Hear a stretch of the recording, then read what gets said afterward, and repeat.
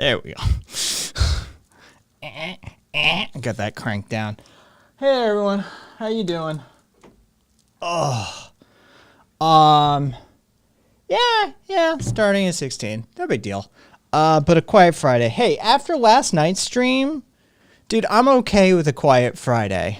I put in a lot of good good work last night. Hey, Frackle. And Viva was here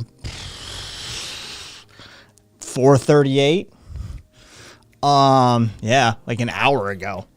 So hey Karina, hey Rev, hey RV, hey Kat, and whoever else is lurking. Yeah, last night was interesting. Yeah, I put in fucking mileage last night, so I'm okay with just coasting today. Went, got a refill. I've got some more herbal remedies, ready for bad movie night. Let's see. Tonight, there's definitely a theme going on. Six String Samurai and Ninja 3, The Domination. Nice, Karina, nice.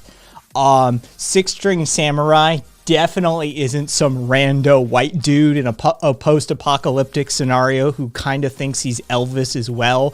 And that's not like, oh, it's inspired. But no, Elvis is actually a plot point. It's fucking weird as shit. So, yeah, and I honestly don't even remember the plot to Ninja 3, the Domination at this point. But, yeah, we do need to watch Samurai Cop at some point. Hey, Viva. Yeah, it sounds good. Fun thing about brain boo-boos is that I can be pleasantly surprised by things like Friday Night Movie Night. Nice, Kat. 2 hours in the gym today, with Coach Ian. Yeah, my trainer's name is Ian. I just yell, thanks, Coach. Yes, Coach. He knows that's much how I much prefer it. Oh yeah, Kat is definitely punchy brained. Probably not at present, but yeah, it's happened a few times.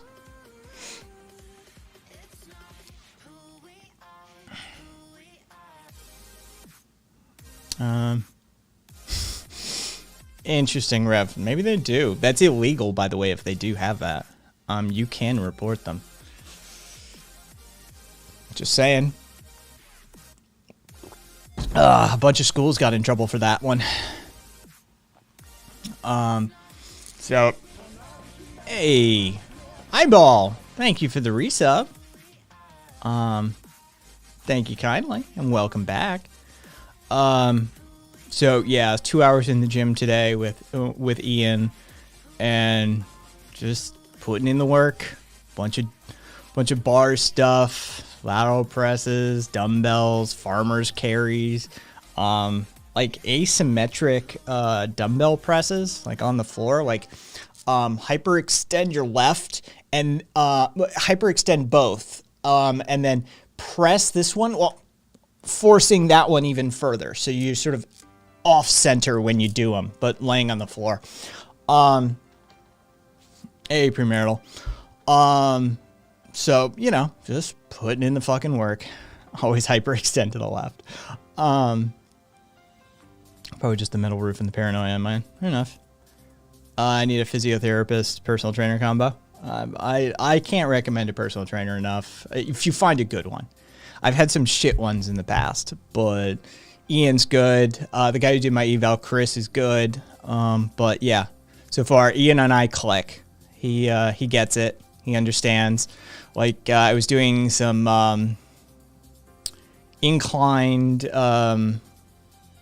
heel inclined snatch something or other.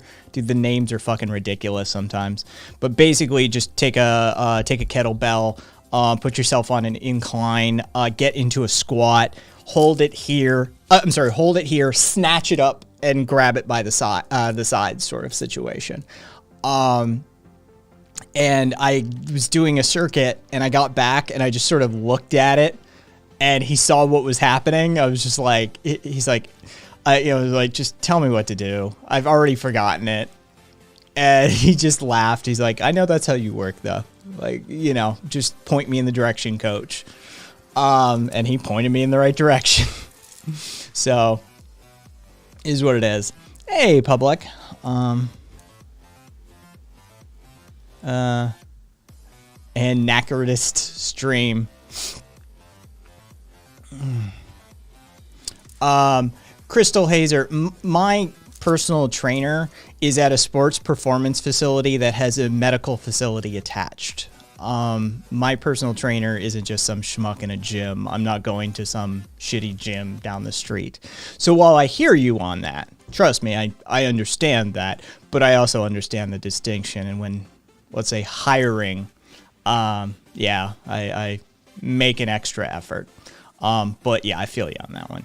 You can definitely end up with just some random schmuck off the street who, again, passed a fucking test. But yeah, that's definitely not what I'm doing.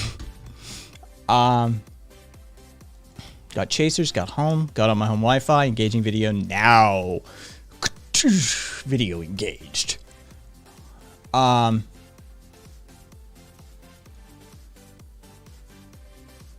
fair.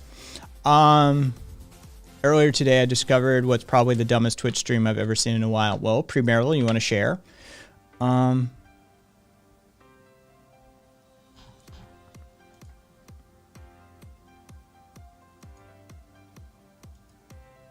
money, money makes the world go boom.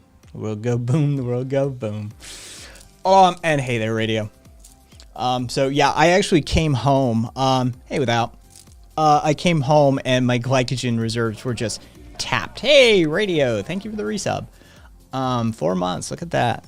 4 months, my man. The average personal trainer, yeah, that's fair. You have a bachelor's in exercise science. Hey, Crystal, are you on the Discord server? Just saying. I collect. We have a skills exchange on our Discord server. If you're not with that kind of experience, maybe not sure if I got on last night. Well, with that kind of experience, that's definitely something that, look, you're not promising anything, you're not guaranteeing anything, you're not saying but that's definitely something that is valuable within leftist spaces, and yeah, okay. So yeah, if you're not on the Discord server, jump in there and put, if you don't mind, put some of what you're good at in the skills exchange, and be sure to include that. For sure. That's super useful information for so many people. When money comes marching home again, and Cap song. Money comes marching home again, hurrah, hurrah. We'll give it a hearty welcome then, hurrah, hurrah. The men, they'll be my property. If they don't work, I shoot through their knee. And we'll all feel great when money comes marching home. Anarchy and the NAP, hurrah, hurrah. We'll guarantee my liberty, hurrah, hurrah. Mexicans I will underpay with roses, day was true the way. And we'll all feel great when money comes marching home. Get the hell off me property, hurrah, hurrah. Get a taste of me M60, hurrah, hurrah. My legal wrath is ready now to place a bullet in your brow. And we'll all feel great when money comes marching home.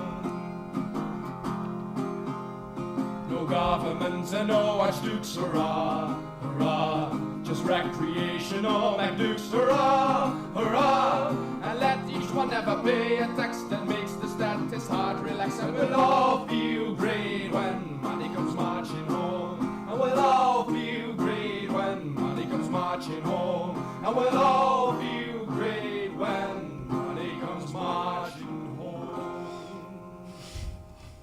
That was solid. That was solid. Thanks, without. Cat, it wasn't made by an ANCAP. Yeah. It's literally memeing on ANCAPs. They didn't do it themselves.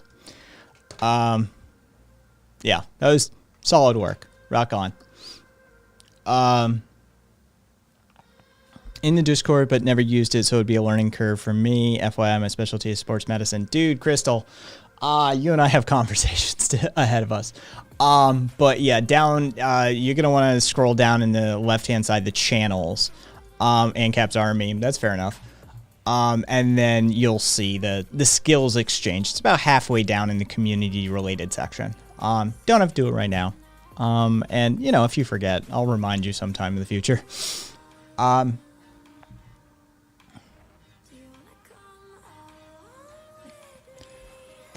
Oh, I had a drink right before, I had like a shake right before I got on air, so it's slowly replenishing the, you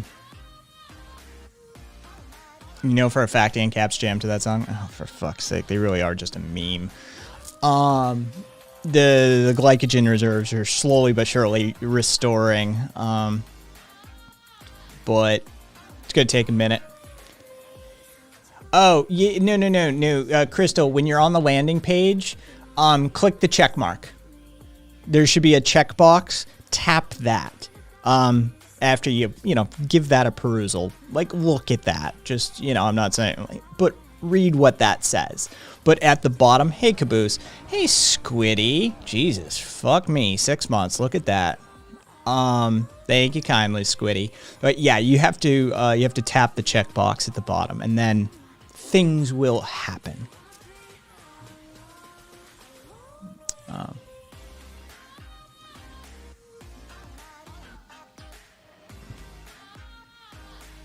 Oh, you need to wait a minute. Verification level is too high. You've never verified your email address for your Discord server or any Discord account, have you?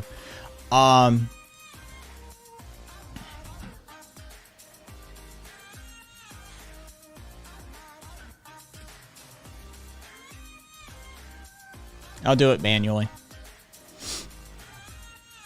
There you go, Crystal.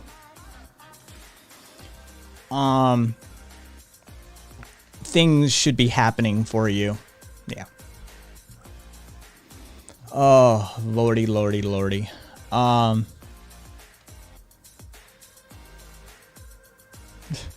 am anything but a kid, Wilhelm. So, Kat, how are you feeling? Is your second shot treating you well? Everything sort of rebounded? You good?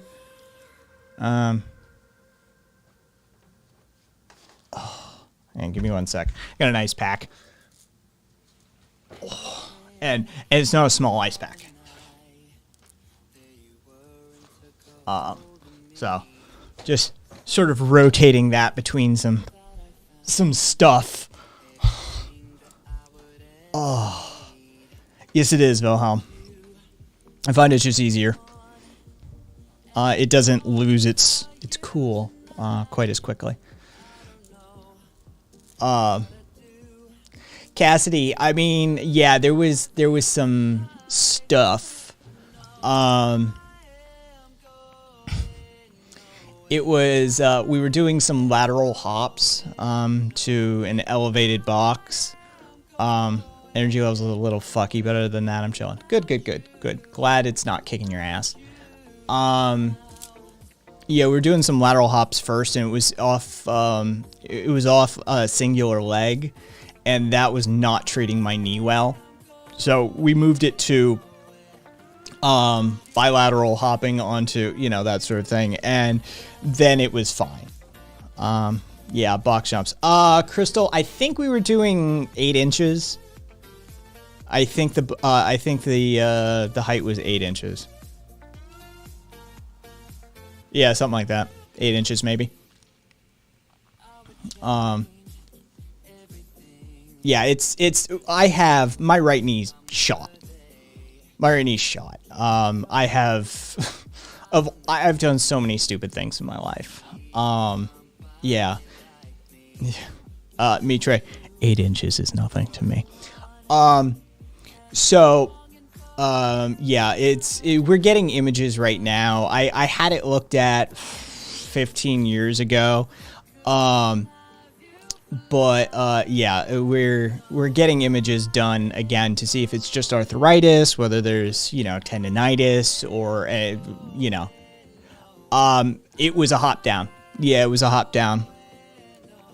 So there was loading on the way down. Yeah. But yeah, after we changed from singular leg to both legs, it was okay. And it wasn't like I was asymmetrically loading. I wasn't offloading to the left leg to compensate. I was careful to equally compensate, equally load. So yeah, but you know, yeah, my knees have taken a banging over the years from all the stupid, crazy ass shit I've done. But yeah. I started life, just one of my pleasures was just jumping off high things.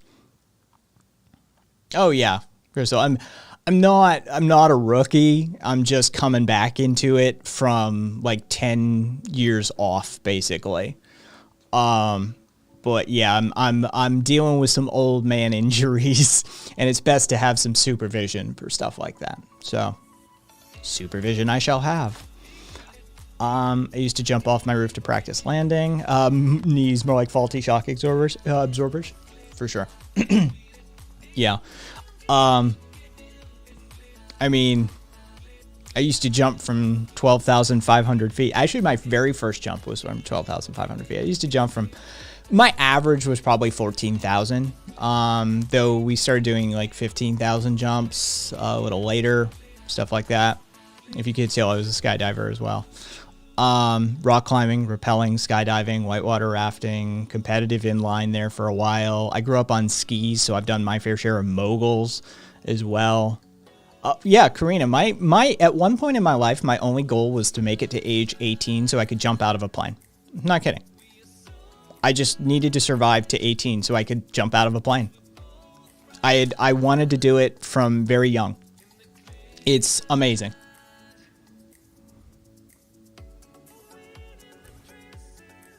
I like jumping off bluffs personally. Skydiving can easily trash your knees. Oh, yes. Yes, it can. Basically, everything I've done in my life can easily trash your knees. Skydiving... skydiving's on your bucket list. Do it. Do it, do it, do it, do it, do it. Don't overdo it, but do it. It's absolutely an amazing experience. I can't recommend it enough. Played basketball in high school. Ankles never quite forgave me for that one. Yeah, it's my very first time skydiving was at Skydive Las Vegas out at Boulder City, and I jumped at 12,500 feet. My dive master was a crazy Australian dude, and it's the only way to go. Get yourself a fucking batshit insane Australian dude who's here on like a work visa. Trust me. It's the only way to go. I will remember him till the day I die. Dude's batshit. He basically, me Trace, I'm gonna call.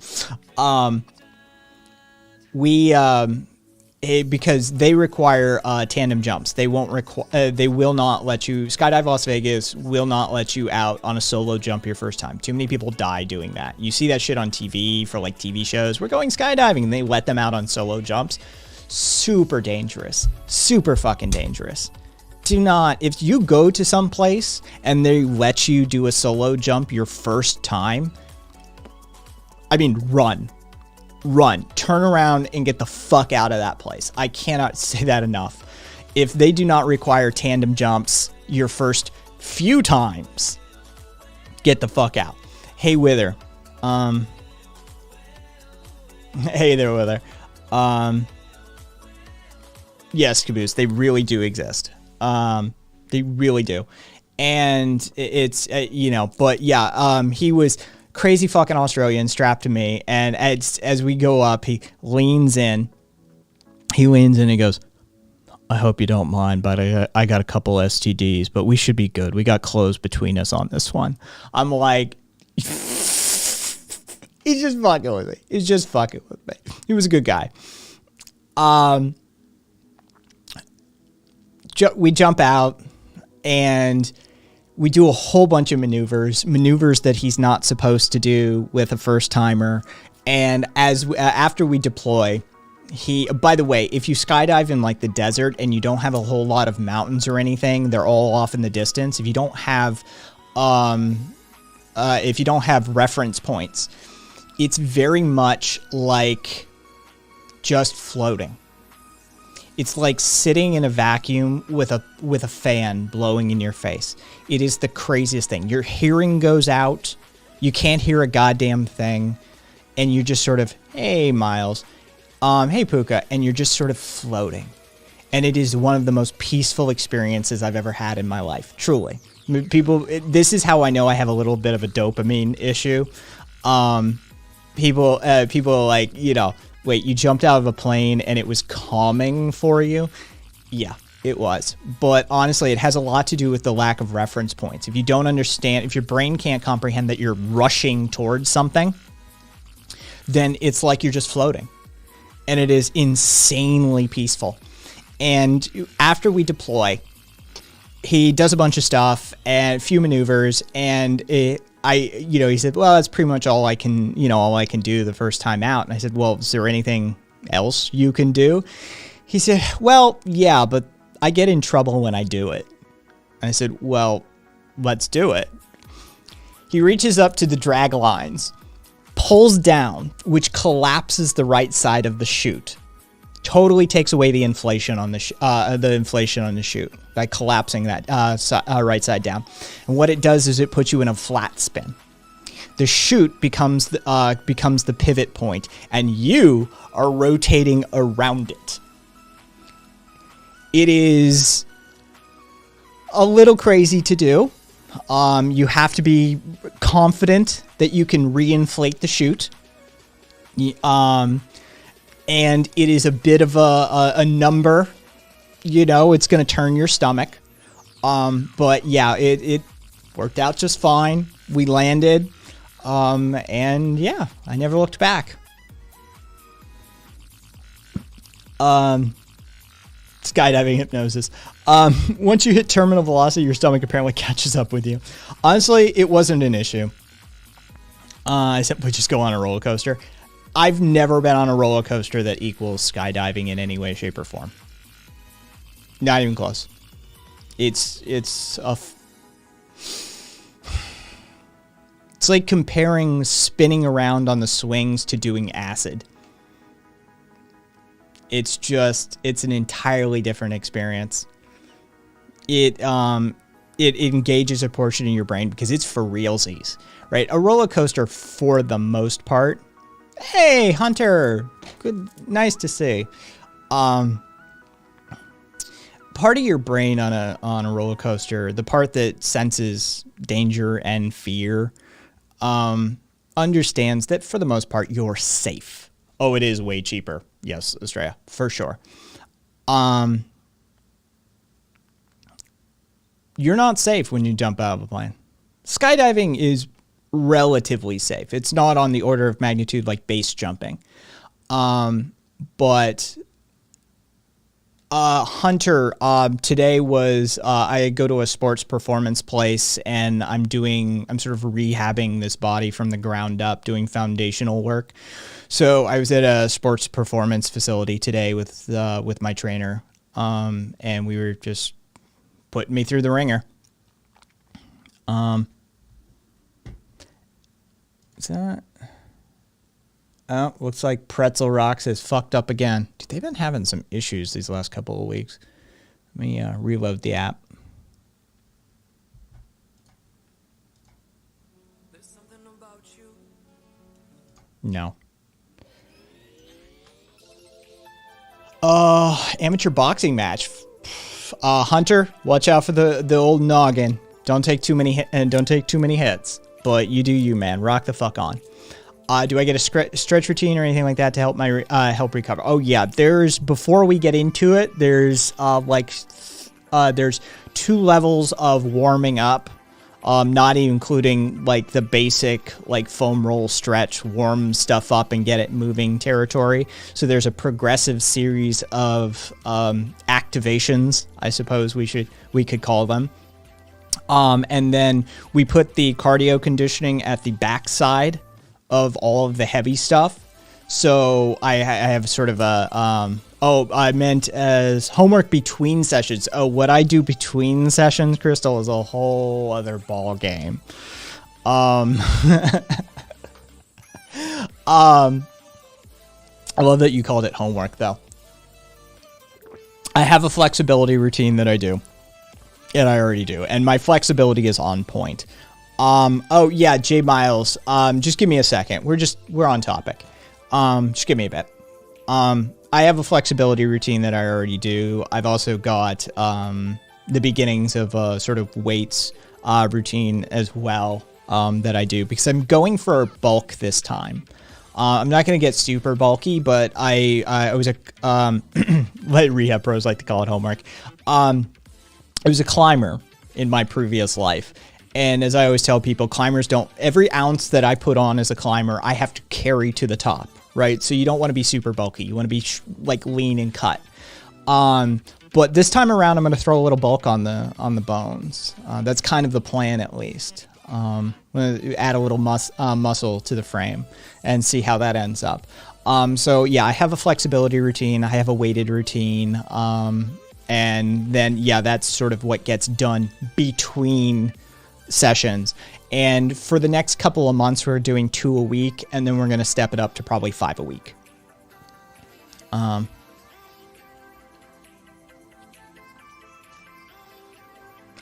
Squid, it's shit anyway, right? Fuck it. The bulk up will be good for my bone density. Guy gonna fight for being on top. Gotta train first. No, I would never want to be on top. That's... Nope. It's not for me. From my short experience of being in the optimal shape. So, yeah. Yeah, it's...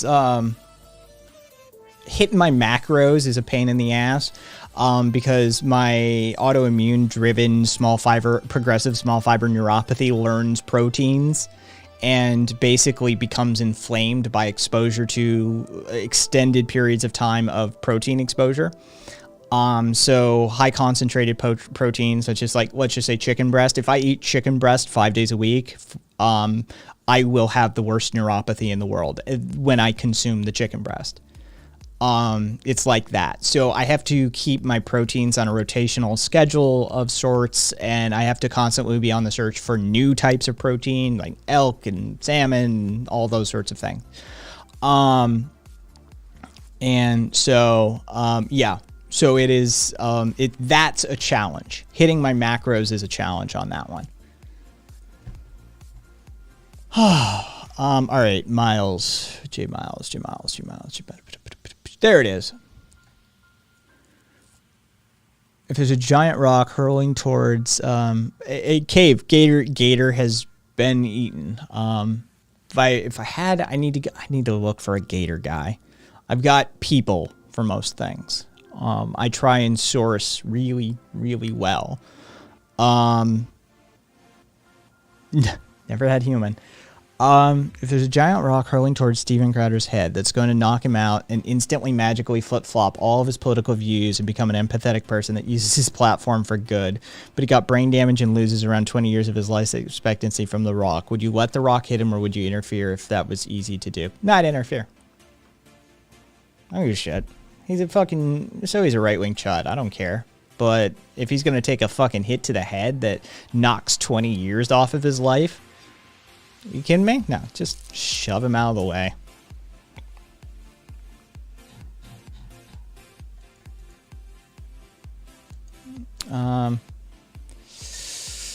Cassidy. Yeah, I figured that's sort of the way to go. What are some of the healthy alternatives you managed to get your hands on, Kai? America isn't known for healthy a lot of the time. Well, it depends. Are you if you want non-meat, hemp protein powder is not easy to digest, but really good for you, but lower in the sort of protein content per per capita. And on the sort of meat side of things, the plant proteins are never as dense usually. It's more difficult to consume them. They're more difficult to digest. So yeah, on the plant side, hemp protein is really, really good way to go. On the animal protein side, sort of depends. Like elk is a good way to go. I know I'm gonna sound like Rogan on this one, but I got a guy for elk. And elk is a really good protein source and can be sustainably harvested. And tends to, it's not, in my case at least, I don't know if anybody's farming elk. Is that a thing we do? I don't know. Because I got a guy who goes out and hunts elk, and sends me elk. So, I'm a big fan of bison as well, especially when I'm on keto. Bison ribeyes, super fatty, really delicious. Love them. Bison flanks are really good too for cutting up and mixing in with like brown rice and that sort of stuff. We farm deer in New Zealand. Whoa, that's a lot of underscores. Bro Joe getting guy elk eating mofos. Bison is fucking amazing. Same with ostrich. Does anybody have like a organically fed sustainable ostrich farmer in North America? If you got a source on that one, send me. Let me know. Because I could add some ostrich in. That would go really well. Puka, I'm in the same camp. These days, I really don't like beef. Beef reacts poorly with me, and compared to bison, bison is superior. I much prefer bison 10 times out of 10 over beef. Yeah. I know an email farmer. We have some here, but I have no idea about the state of the farm. But I know they're here for sure. And hey, they're bad. I'm bad bird. Karina's scheme backup plans. Oh, mountain lion. I have never had mountain lion. That's for sure. Bison is easier to digest, Karina. Yeah, bison is actually easier to digest. Oh, you meant emu? Okay. Yeah, let me know. Like, if anybody has like an organically fed emu, ostrich or emu or anything like that. Ooh, fresh gator. I'm down. I'm constantly looking for new protein sources because, like I said, my body learns them. And it becomes a whole fucking thing. So, yeah. I got your thing, Cassidy. Thank you.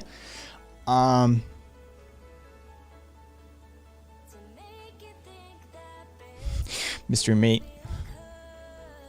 Kai got beef with the cow. Where is it? There you go, Mitra.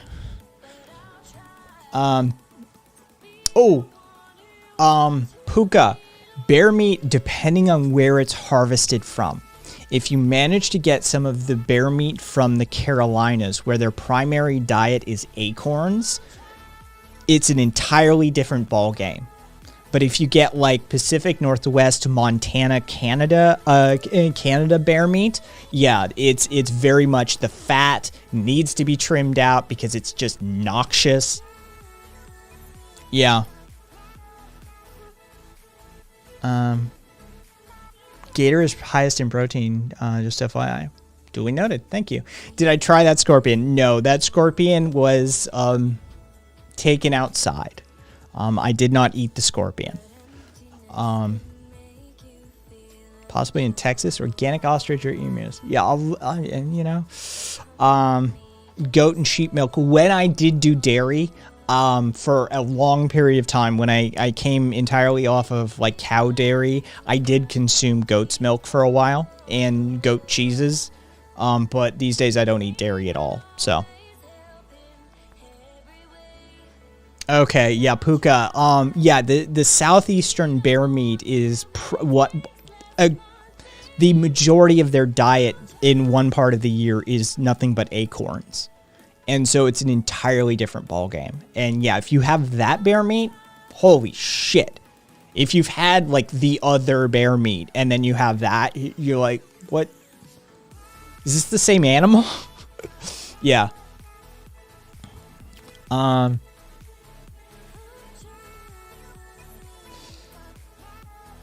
Never had bear. Always heard it had to be a stew because it's so unbelievably fatty. Yeah, the fat is disgusting in most bear meat. You gotta trim it out.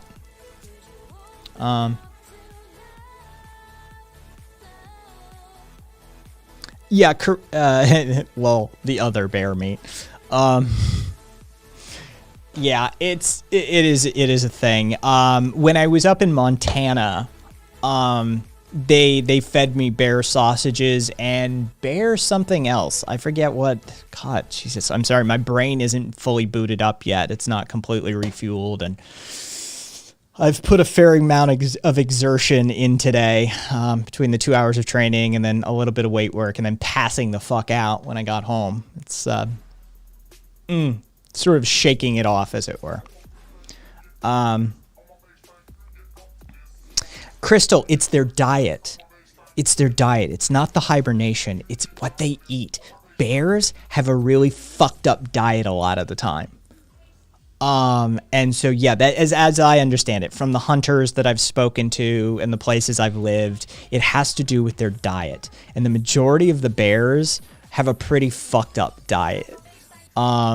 They're not eating salmon all the time. Like that's not a thing that's happening. They're eating grubs and like they're eating like things that are decaying. They're scavengers, a huge part of their existence. Yeah, their diet is pretty fucked up. And so it leads to some really nasty tastes. It's why raccoon meat is not really edible. Beaver. Beaver's another one that tastes pretty good. You can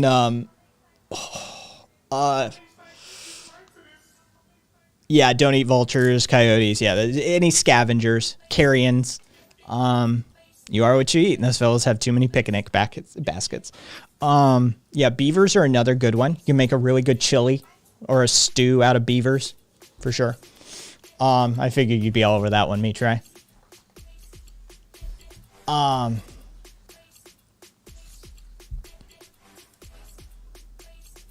Fuck our national animals.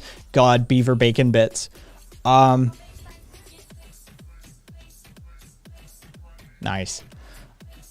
All right. Oh, I gotta hang on. Oh, I'm getting fucking hung up on shit here. Exotic meat market. Oh, the black chicken. Yes, the black chicken. I'm aware of these fuckers.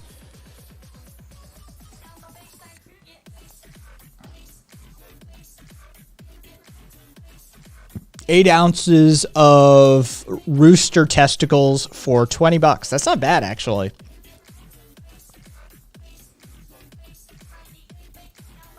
They want $60 for 6 eggs. They're out of their fucking minds. $100 for a bird. Oof.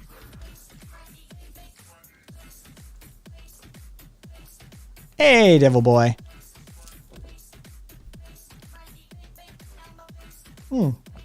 Thank you for the site, Cassidy.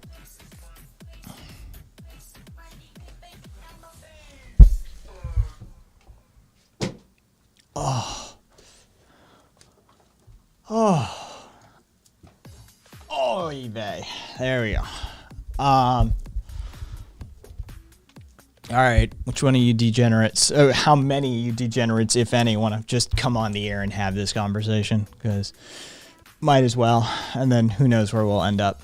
Man, I'm still fucking kind of wiped. Those chickens are high priced because the bones, meat, skin, etc. is all black. Yeah, I know. I've seen them on enough shows and stuff over the years to know that it's a delicacy in like Southeast Asia and stuff like that. They really, really value these things highly. Hey, Lost, thank you kindly for the 4 months. Thank you for the resub, my man. Thank you. Yeah, whether they're considered a delicacy, and they like within TCM, traditional Chinese medicine, they're considered a cure for so much shit. So yeah, you're constantly having to bid against God knows what.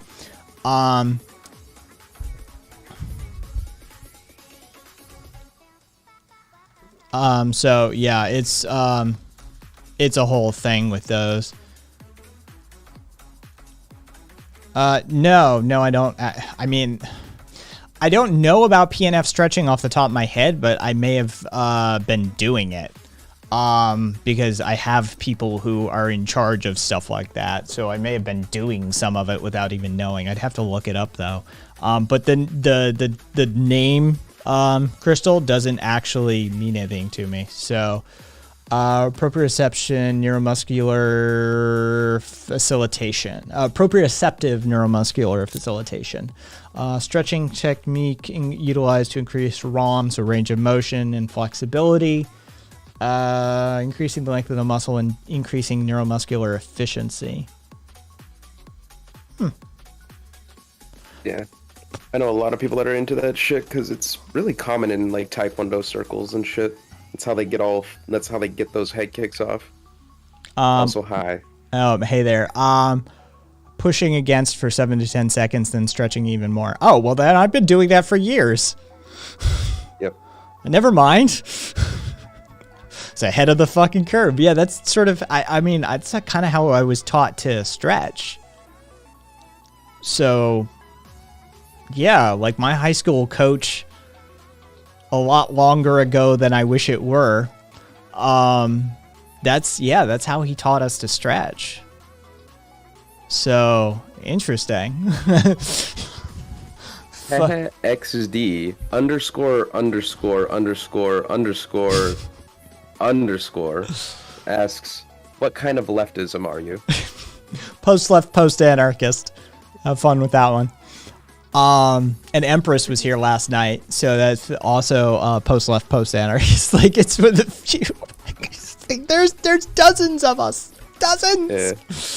I don't know if I'm ever going to take the post-anarchism plunge, but, you know, hey, I'm with it. It's as far as I'm concerned, most anarchists are post-anarchists without even knowing it.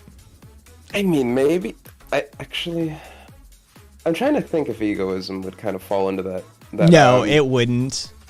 Because that's the thing is that, like, fundamentally speaking, the main claim that egoism makes to politics is that people are essentially just exerting their, like, will. They're just doing things to please their ego. And if that leads them to naturally anarchistic conclusions, you could say that egoistic anarchists are post-anarchists in like a real ass-backwards way. Yeah, it's sort of reversing your way into it sort of scenario. Yeah. Also, hey Squid, I saw you say hi.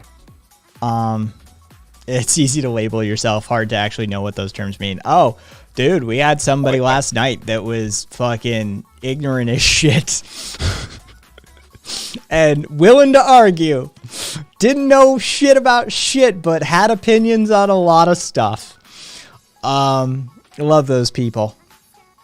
The mRNA vaccine is dangerous and is untested. Can you even tell me what mRNA does? No. Thanks. It's just the bad word that we learn to like be triggered against. Yeah. So. No. I rewatched some of that just in my free time, and it was funny. Sounds like you're a good capitalist to me. No, post-left doesn't mean not left, so you know. It's very much a leftist.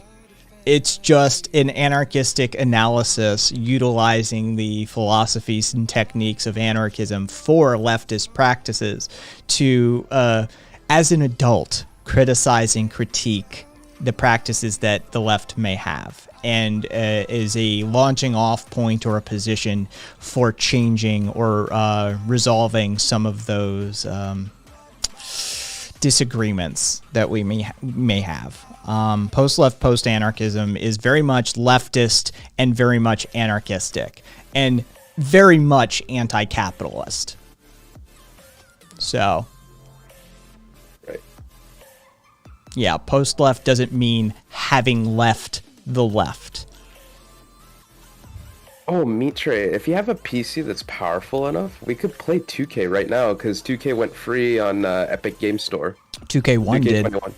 Yeah, 2K21, yeah. It's not anymore, though, so if you didn't grab it.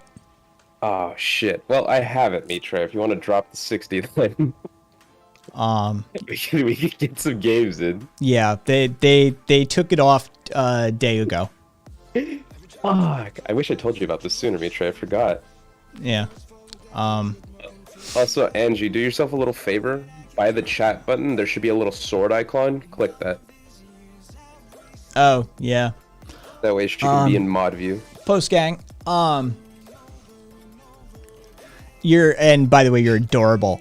But why still be left wing after so many were killed by communism, my friend? You do. My brain isn't even in a gear where I can. I put in too much work today. Fucking and last night. I could be the debate bro. Go, Peachy boy. go for it. Do it. But fucking also Mitre, we could just do like quick play. I don't have the time for like grinding my players and shit either. Caboose, that's brilliant. something Venezuela.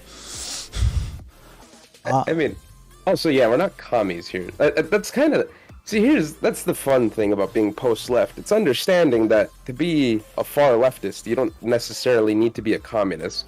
Marx's critiques of capitalism, spot on, perfect. Really, well, not perfect, but you know, hey, nice. He's good. He, you know, extraction of surplus labor value, the wealth pooling to fewer hands. That's nice and good, great. But fucking, he doesn't really offer any like. No, but I mean, like, he doesn't really offer any solutions that are, like, realistic or in any way, like, fucking great. Like, they're just not good. So, Labor vouchers can go suck a dick. Marx's critiques of capitalism were, in fact, not spot on or perfect, but go on. Well, in what way? You're not adding anything to the conversation when you say that. Yeah, it's like what specific do we want to talk about, like the labor theory of value? Do you want to talk about like his you know, his predictions on like how, you know, on recuperation of capital? Do you have like critique, like what specifically are you attacking here? Like his views on neoclassical economics, his critiques of the market, like yes. what specifically, like the exactly. way it entrances society, the alienation, like what do we got here? Wither's spot on. He goes, Rick? Did someone say Rick? Wither wasn't even there, but Wither knows exactly how to apply the Rick call out. I just want to hear. I think his clothes are pretty bad, honestly. That is true. People That's like fair. romanticize the fuck out of like old German and European fashion. Ugh. Yeah, no, you do. If you want to have this conversation, you actually do need to. Sorry. Welcome to the space.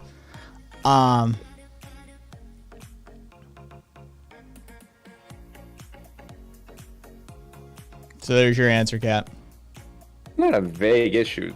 Alienation is like a huge aspect of like what drives like a fuckload of crime, or you know what allows for like capitalists to consolidate their power. If everyone's alienated, what is the incentive? What is the incentive there for people to organize and like, you know, create unions or otherwise engage in communal action if like they're incentivized to just like stick to themselves and shit? I mean, it's just like, it seems, I like, you know, like alienation is a huge issue. You know, suicidality has been climbing. We're seeing rates of virginity rising, birth rates are falling. Like, alienation is huge. It's definitely not something that we could just, you know, incentivization.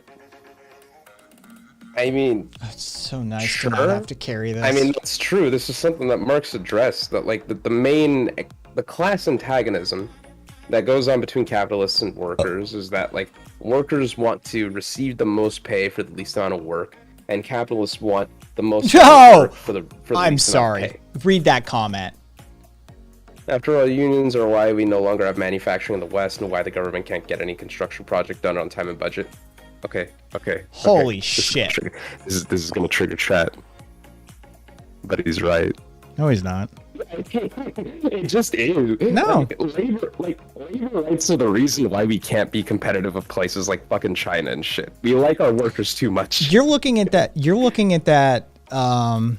Contraindicated to something like the fast food example from the Nordic countries. You can pay $25 an hour and only raise the price of a burger by 63 cents. Like, that's an achievable goal. The reason we don't have manufacturing is because greedy capitalists moved the manufacturing offshore and didn't accommodate within the economic model. Sure, but what I'm getting at is that like the labor supply in China and the amount that you can extract, the amount of value you can extract from them isn't even like close. Like we Okay, like, so basically, the greed of the capitalistic owners of the manufacturing sector plus the human rights demands of the labor force equals them offshoring. yeah, pretty much. That's Okay, what I'm so getting he's at. not right.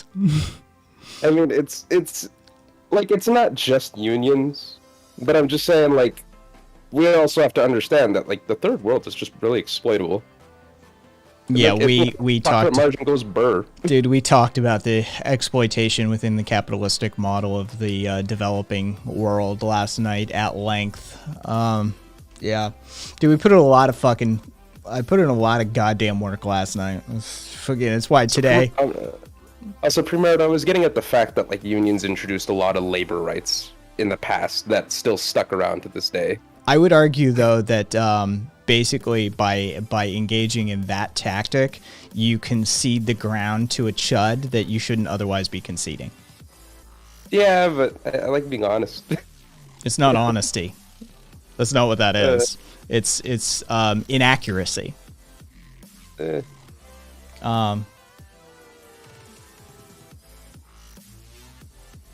Oh Lord, you're adorable, sweetheart. Bless your heart, Tank Tank. Okay, so are you like a neoliberal? Like what economic model do you prescribe to? Like, are you like a Hayek fan? Are you a Keynesian? Like, what's the? Because I want to know what I'm talking to here. I'm a fairly moderate capitalist. Okay, Yeah, so but that Keynesian or Hayek? yeah, like that doesn't tell us anything. Do you understand these systems to a greater degree that you can discuss them at an economist level? Yeah, like are we like Freshwater, saltwater, Austrian, Swiss, Chicago. okay? Any so of these not a mean soft anything? one, but not minarchist. So probably Hayek more so than like Keynesian. Would neoliberal be like would you consider yourself like a neoliberal? Rev, you're a Christian nationalist Protestant liberal. Definitely some Protestantism in there for sure. Minarchist is the thing. Yes, it is. It's just basically minimal state, like very small state, like pretty much only for police and like army. Sometimes not even army. I'm just saying like, I just want to have like a general idea of like what your positions are. So, for example, Hayek was someone that believed that essentially every generation should do what it can to avoid debt in like its systems, whether it's national debt or bank debt or whatever, so that people can circulate money as fast as possible through systems. And what that eventually ended up playing out was he believed that government spending should be extremely minimal in order to allow for markets to function at their very fastest, extension. So, pulling back labor rights, pulling back regulations, a small social welfare system, just basically get everyone working as fast as possible. Hext. Keynes was on the opposite of this end of this spectrum. He believed that proper saving measures and a strong welfare system would be best to offset the Okay, no, he has no What's he has no historical context. He has no education within this. He literally said when Mitre said why should somebody not be able to own somebody? He said, well, I'd own you more than likely, and secondarily, that's slavery and not very capitalist. That's communist. They're not arguing in good faith, and they don't have an educational understanding of any of these topics. So you're just throwing shit against the wall at this point. Yeah, I'm just like, Yeah. I hate to be the bearer of bad news, and everybody knows how I use that turn of phrase. I actually quite enjoy this. Capitalists have owned many a people. Do you think the Dutch East India slave trade was communist? Do you think company towns in North America were communist? Do you think mining towns were communist? Do you think the Chinese labor camps that we ran during those during the mining era in the United States were communist? I'm just Oh, kinda sweetheart. that- Now he's doing the dick measuring. I know more than both of you combined. All right, I'm done with you. Good luck. If you want to keep playing with him, go for it. Yeah, I'll keep playing. I don't know. I just think it's weird to know that like the South in the U.S. at one point was communist. There's the mental gymnastics there are insane to me. I think very interesting that you do not understand what happens when you spend money as you want in your system. We haven't even described our system yet. Yeah, he doesn't know anything about our system. He's made a whole series of assumptions, but that's okay. That's neither here nor there. Also, that's not even what Marx proposed. He believed in labor vouchers. Essentially, once we reached a point of market Not equilibrium, that, essentially when supply and demand equaled out, that we could then determine the objective value of labor. And then what we would do to pay out people is we would give them labor vouchers. And labor vouchers were essentially these banknotes that would expire over time that could be circulated and wouldn't be able to be used as capital. You couldn't, it doesn't. Text. Please Marx didn't even agree to Please suspending describe my fucking system. money. Please describe my system. Yeah, what is Well, he Kai's said system he here? disagrees that he knows something about my system. No, I'm just waiting. Yeah, this will be interesting. Yeah. Yeah. Oh, is it a new account too? Uh, Good call, Estrella. yes. Oh yeah, it was created fucking 2 days ago. Oh, 4 days ago. Sorry. Nice. All right. So with that said, Oh, that's sad.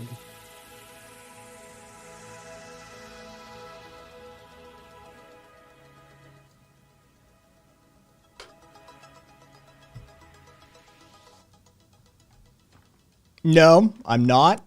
I'm not. And I'm not. And I'm not. Cool. You were wrong on all counts. Good job. It's difficult to pull that off. Yeah, post-anarchism was like something that's only happened around the 90s. Post-anarchism is 30 years old. My parents wouldn't have had a chance to be it, and my mom was raised Presbyterian capitalist and voted Republican for many of her years of life. I am anything but a second-generation anarchist. I mean, he is boring, Cupcake, but I'm just kind of, I'm kind of intrigued.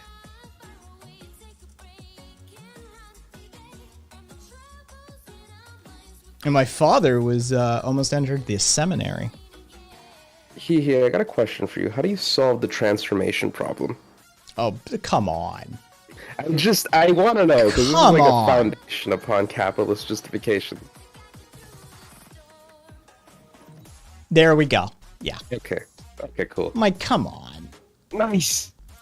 They don't know whether they're freshwater or saltwater. They don't know whether they're Chicago, Swiss, or Austrian. There's no way they know what the transformation problem is. Come on. That was just... It's a central critique of capitalism that Marx levied in his works, but, I can't. Yeah, Squid, basically so.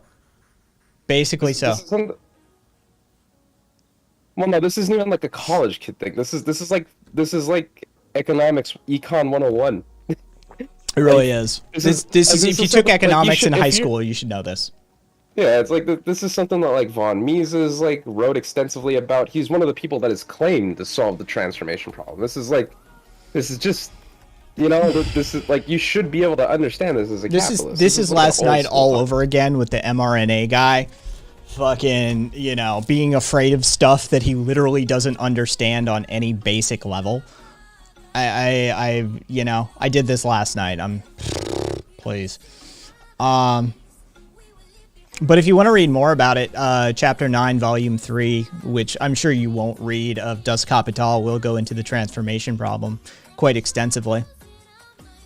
I'm just saying, this is like a central like critique that Marx levied at capitalism. If you claim to understand the critiques of Marx, you should know this. This is like isn't von Mises that Austrian school of economic praxeology dude? Yes. He's one of the people that's claimed to solve the transformation problem. Key term there is claimed. I already asked you if you were a Keynesian or a Hayek fan. Also Randy and ANCAP are never mentioned in actual economics discussions. It's mostly an online thing. They're we did not ask a you thing. if you were. Yeah, okay. Then you're a neoliberal. Jesus fucking Christ. Yeah, you're a neolib. What? Like, good God. Like, just you should have fucking okay. Like, I'm just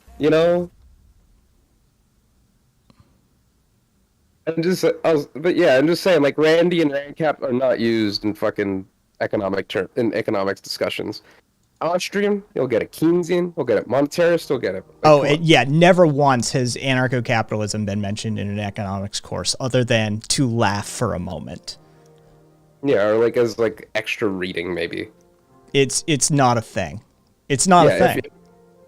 Like if you want to like, and that's the thing is that like most ANCAPs just fall under the Austrian School of Economics anyways, so it seems redundant to mention ANCAP specifically.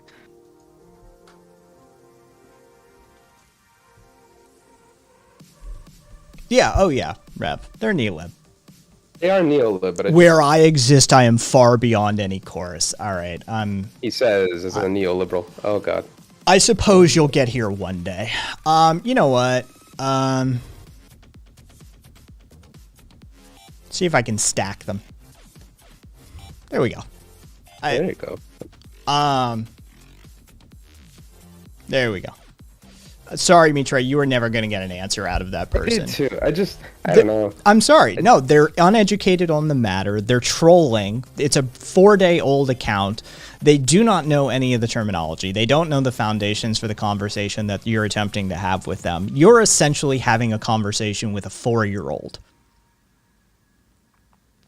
I just wanted this conversation to move over to like value discussions and like capital markets and shit. They're not equipped to have that discussion. Yeah. You know, that's like, hey, you know what, Kat? Let you and I have a Muay Thai fight. No, it would have been more accurate if you were like some guy that was like into Wing Chun or something, and then you just tried to, It's just I'm not equipped for that. So. The double whammy would have been you not training Wing Chun, watching videos on Wing Chun, and then thinking you could fight me with Wing Chun. Oh yeah, Mitre. Well, they don't actually believe they're receiving anything of value. They're blah blah blah blah blah. Therefore, plus they don't pay. Yeah, plus they're hypocrites. Yeah, ANCAPs actually love free shit. That's the thing is that if they can get free shit, they'll love it. Well, this is the capitalists would pay you nothing if they could. This is why there's a minimum wage, people. If they could pay you nothing and just own you, they would. We've been through this. History has already taught us this. The Dutch Empire, the British Empire, the Portuguese Empire, the American Empire. We've all done this before. It's not complicated.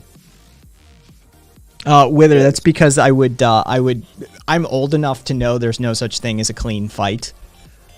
And I would fight dirty. Yeah. Probably still be able to handle it, to be fair, as long as we're not talking weapons. Well, no, it was Wither and I, not you and I. Yeah, you've got, fuck me. What do you have? 70, 75 pounds on me, maybe? Something like that. Yeah. Although we're roughly the same size, though, so it's not like, Yeah. you know. I'm going straight for your nuts, though. First shot out of the gate. Just I'm looking to break ligaments in my ankle. I'm going. Oh, you're going with you should go with the knee. That would be a lot better. I don't want to get in that close. Is that like, because, okay, so I'm giving you some free tips here, Kai.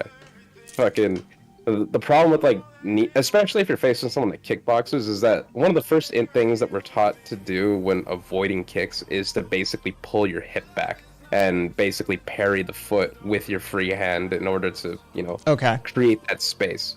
So if you're going for a nut kick, a lot of Muay Thai fighters, their first instinct is already gonna be to pull their hips back and avoid that shot anyways. All right. Yeah, so, you know, free tips for fighting dirty. Fair enough. Fucking use the knees.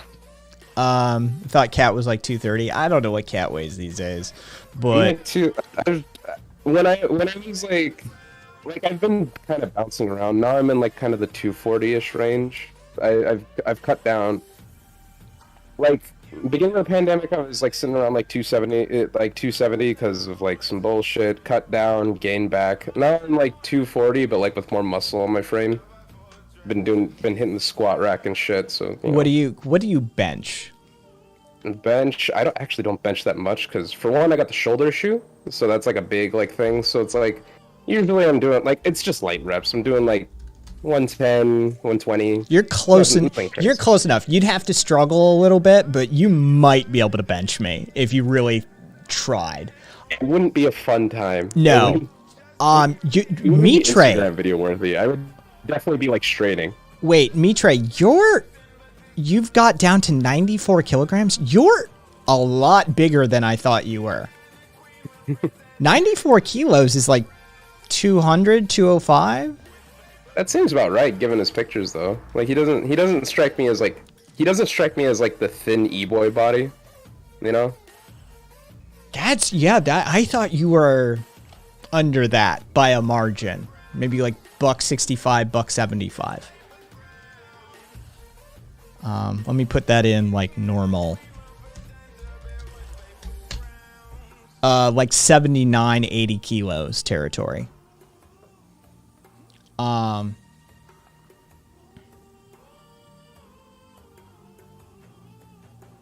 Bison Tray.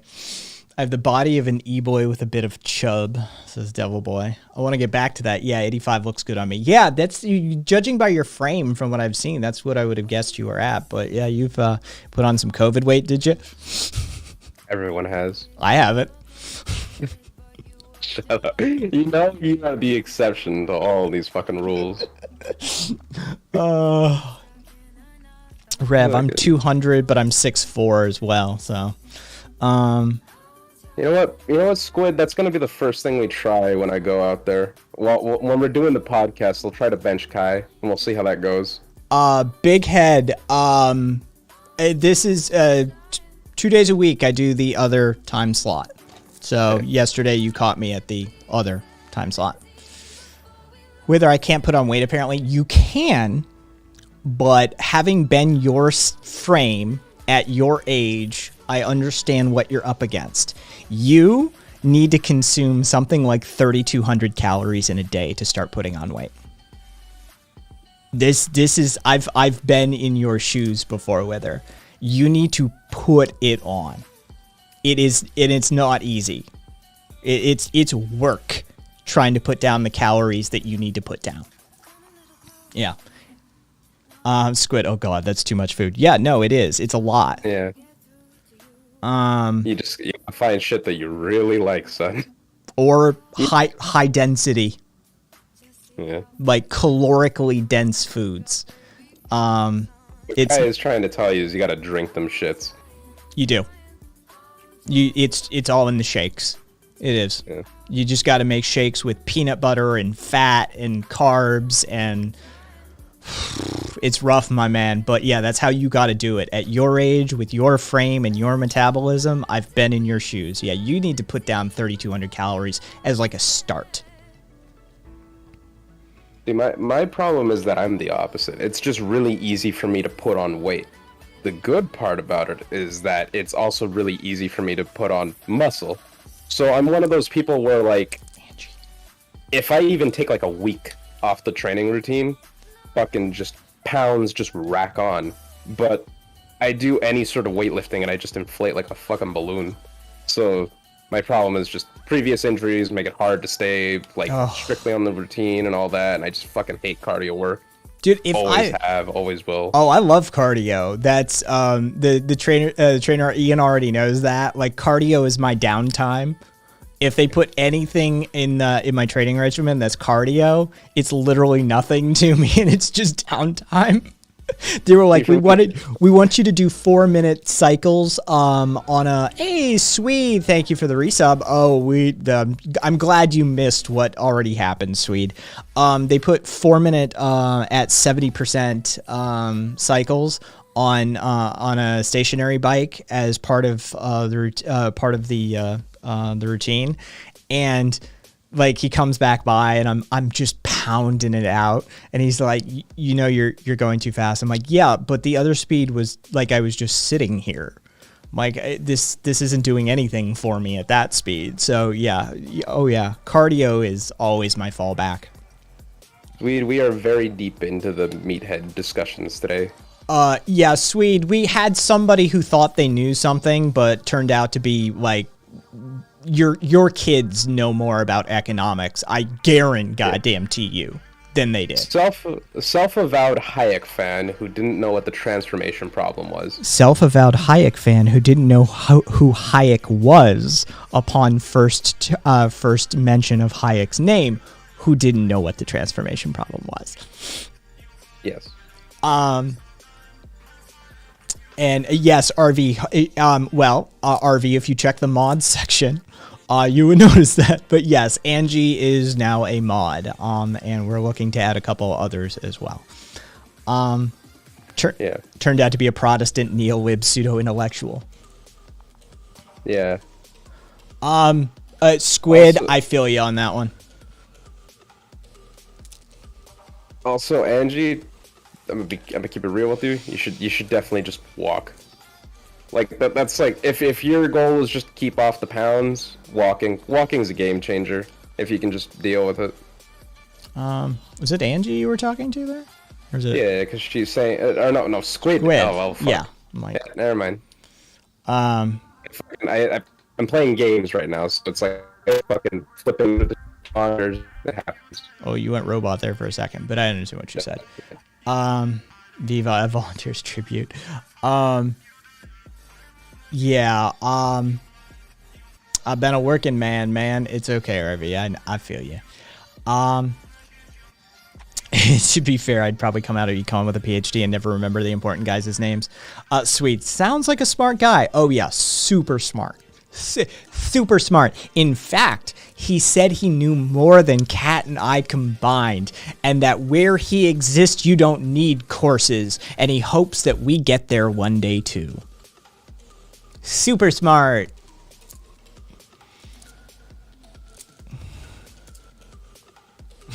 So smart. SMRT.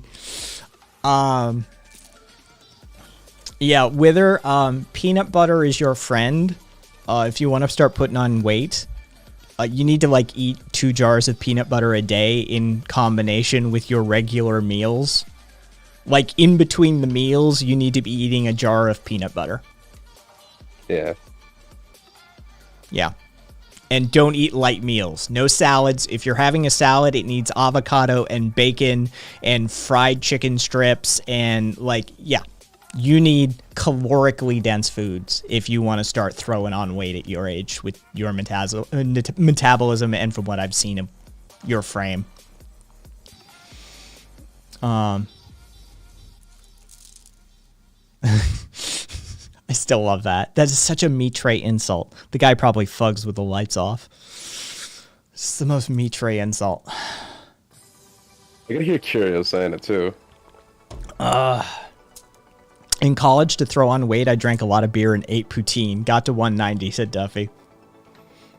Yeah. Yeah, I fucking envy you. Yeah, I did my what I could consume in my youth. Are you kidding me? I could eat anything and everything, and I did, and didn't put on a fucking ounce. See, for me, I'm just glad that I haven't like succumbed to the evils of fast food and sweets. Like, I eat healthy, my body just gains. Like, that's just what it does. I'm fucking, I can't even remember the last time I drank a soda. Oh, Marcus, you'll love this. Yes, in my youth. Oh, that's right. Kai's an old man. So I was at the facility today, with my trainer Ian, and a fucking kid comes in, and like kid, apparently he was off school, and so like it was an oddity that he came in at this time, because I specifically scheduled this facility so there are no like youths that do sports and shit like that. Kid comes in to see one of the medical professionals. I think he went and saw the like physiotherapist, and comes out, says something to Ian, and Ian had asked him about how his wind sprints were doing and his shuttle runs and stuff like that. And I just laughed and I said, "Enjoy those young knees when you got them." And I said to Ian, I said, "Hey, you remember when you used to have young knees like that too, right?" And he's like, "Oh, I'm still trail running." And the kid looks at Ian and looks at me and looks at my knee all taped up. He goes, "But you're younger than him." Ian is 28. I'm like, yeah. I started laughing. Ian, the look on Ian's face was just like, fuck. Yeah, the 40-year-old dude looks a lot younger than you at 28, Ian. It's not going well for you, my man. That's rough. It's that trail running. Oh, he's still here. Hexed. Talk to Swede in chat. We're done with you, but talk to Swede in chat. Swede, there's your play toy. Have fun. Yeah. There's our econ guy that doesn't need econ courses. Yeah, that'll go well. Good luck. God bless, Swede. Yeah. Fair winds and following seas, my friend. I know a dude who started graying at like 23. Dude, when you start graying, if you get like the racing stripe or something of gray or white at 23, that shit is sexy as fuck. Everybody hopes they get that kind of thing. Like you get that gray streak when you're in your 20s, dude, you pull. That shit is sexy. I'm becoming a silver fox. It's very distinguished. Yeah, no, I'm telling you. It's fucking hot. Swede, educate him on capitalism and then tell him why it's bad. Just give him. He means like everything. He doesn't know what capitalism is. He doesn't know anything about really anything, to be frank. Like he needs knowledge. Just give it to him like en masse. Like he doesn't know what like private property is. He doesn't know what like fucking like he just doesn't know. He doesn't know anything, Swede. He really doesn't. He thinks capitalists have never conducted slavery. That slavery is communism. So good luck, Swede. Have fun. Try not to drink yourself to death in the process.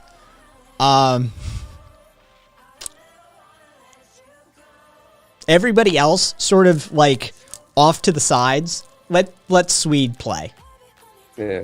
Let him do his work. Yeah, try not to engage too much. Don't tag him and stuff like that. So yeah,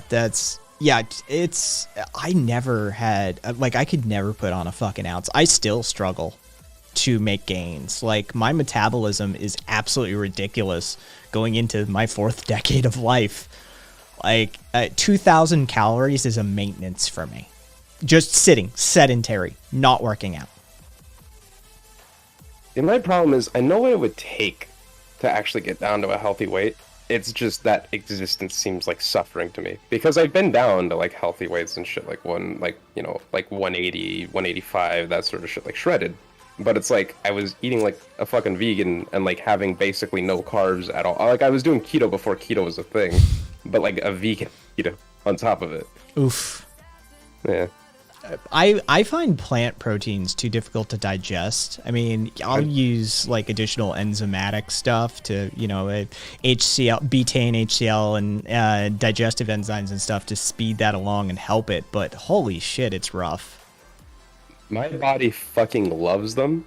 I just don't. Like, I could fucking when I was like at my peak, like training, like really fucking going hard at it. I was like my meals were literally just, let's dice up a watermelon, turn that into a drink, and then I'm just gonna basically eat boiled kale for the rest of the day. And then That's rough. maybe a bell pepper like that. Yeah, but my energy levels were through the fucking roof. I could work out like a motherfucker. I could like just run like 3 hours on the treadmill like it was nothing. Like it was like I was like a different fucking human being on that. But like I can't bring myself to do that. I can't. It's too much. Whether there are ways to speed up and slow down your metabolism. One, get older. I know that is one. That's classic. Your metabolism slows as you get older. But two, lose muscle. Atrophy muscle will slow down your metabolism. Cutting calories will slow down your metabolism. Skipping meals will slow down your metabolism. As far as speeding up your metabolism, excess protein at every meal, cold water, HIIT, high intensity workouts, weightlifting, and I believe like walking and standing even. If you keep motion in your body, that one is scientifically proven to increase your metabolism as well. Then there's stuff like, caffeine, green tea, that sort of stuff has been shown to sometimes increase metabolism. But the previous ones are standard. They increase your metabolism. So yeah, there's ways to speed up and slow down your metabolism.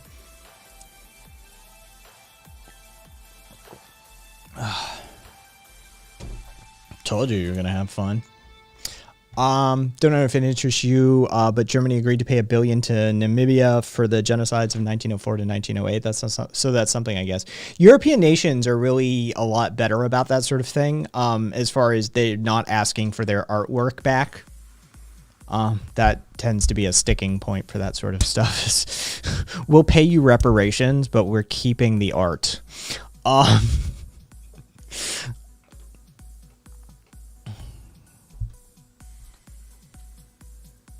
I mean, It's gonna be fun. Let them go. England, yeah, exactly. England is a motherfucker. There's a great documentary. I think DW did it. I forget who's actually did the documentary about European art, African art stolen by European nations, and they looked at like Belgium, they looked at the Dutch, they looked at Germany, and there are some amazing clips out of it. One of my favorite moments was this like European art director for a museum, and she straight up looks right down the barrel of the camera and says, well, but we have to speak to our African counterparts. Do they even want the artwork back? God bless the documentarians and the editor. They smashed cut to an African, I think it was Kenyan art specialist who runs a gallery of her own, literally saying, yes, we want the art back. Nice. Like, yeah, there we go. Somebody put in the work on that one. Just give them the fucking art. Like, it's not even that big of a deal. The only people that actually get to see that artwork are like privileged as fuck, just kids with like too much time on their hands. Marcus, yeah, that sounds right. Africa's looted art. Yeah, it's a DW piece. Then yeah, DW does good work. They do good work. Oh my god. Like I said, oh my god. Oh, this is hilarious. I can't even begin to fathom. He has like. Do you have any idea who you're talking to? No, I mean, it's just like someone unironically stated that labor doesn't change value. No, I mean he's talking to somebody who specializes in both econ and finance. God, like you're literally talking to essentially an expert in the field right now. You should take advantage of this, Hext.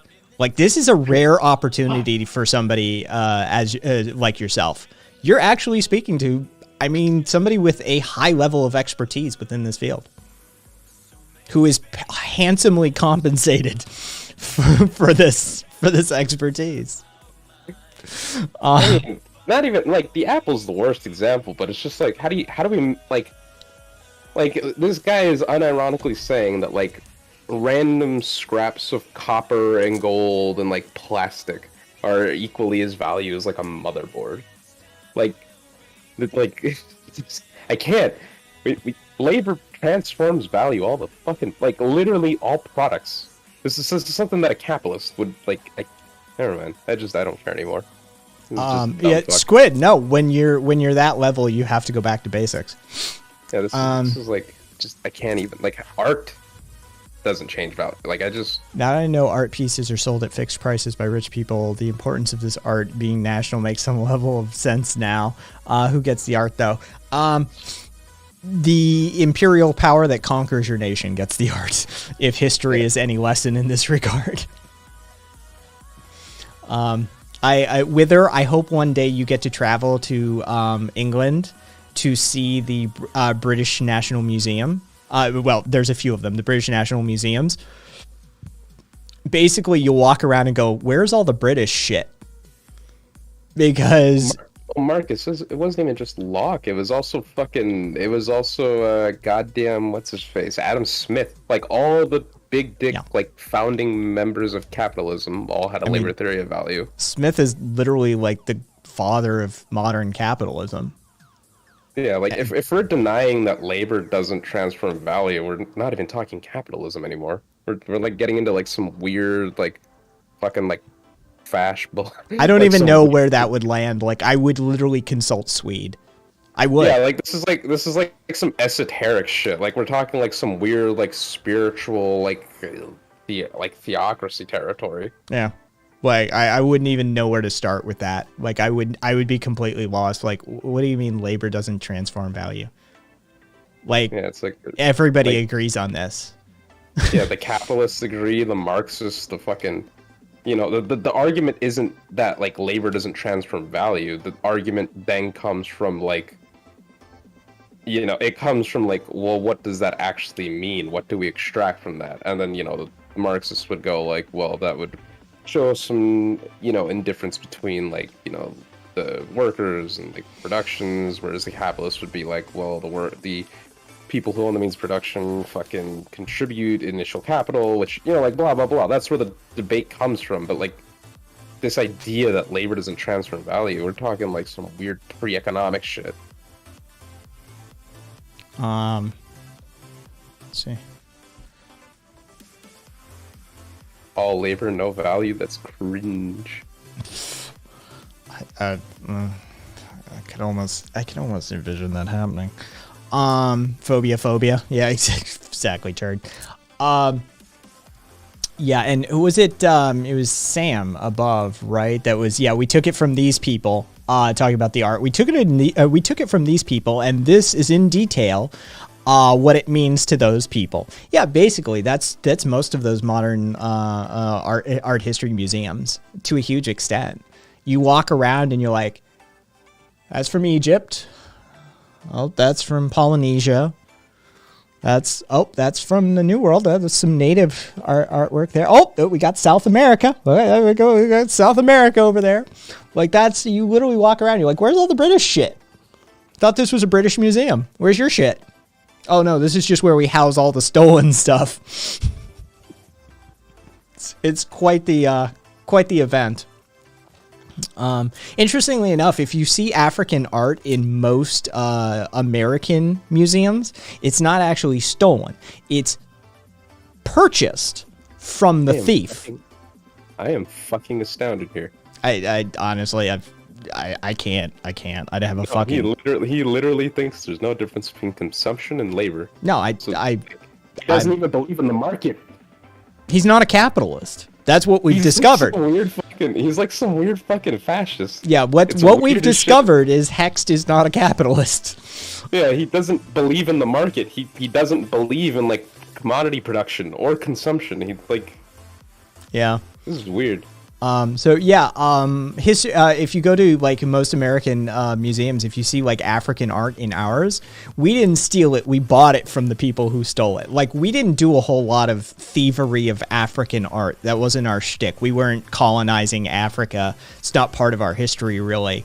European nations handled that for us. We were just the purchaser of the known stolen goods. So it's a whole other ball game entirely. The purchasing of stolen objects. Wouldn't final phase communism under classless stateless have labor that doesn't affect value? Actually, yeah. There was a debate with Stephen Fry about some Greek statues that they argued were bought fairly, but were bought from the Ottomans during the occupation. Exactly. That's basically how we came into possession of most African art in America is like, well, we bought it fair and square. Yeah, who'd you buy it from? Well, it may have fallen off the back of a truck or two. Yeah. Yeah. See how that works.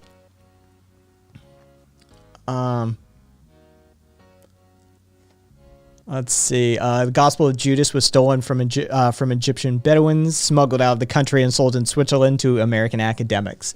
Yeah, that sounds about right, Marcus.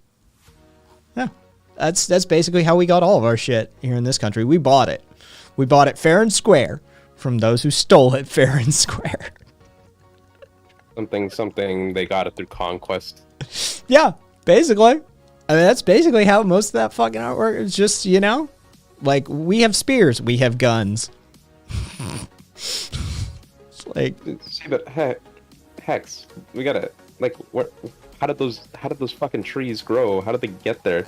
You know, how does one like, you know, how does one maintain the? Yeah, never mind. You're like, I don't know why you're continuing to try and kick water uphill. I just want to know what goes on in the brains of these people. Oh, that's adorable. Like, you know.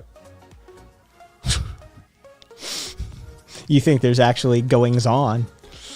I just want to believe, okay? See, my thing is that I don't want look, deep down, I don't want egoism to be right, but like people like this prove egoism. It's just people exerting their ego. So here's another, while we're tap dancing around the moron in chat. Mexico had another political candidate assassinated.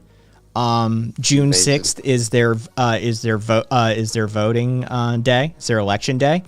That brings the total number of politicians assassinated this election cycle nationwide to 34. Yeah. Nice. Yeah, 34 assassinated politicians this election cycle. Dude.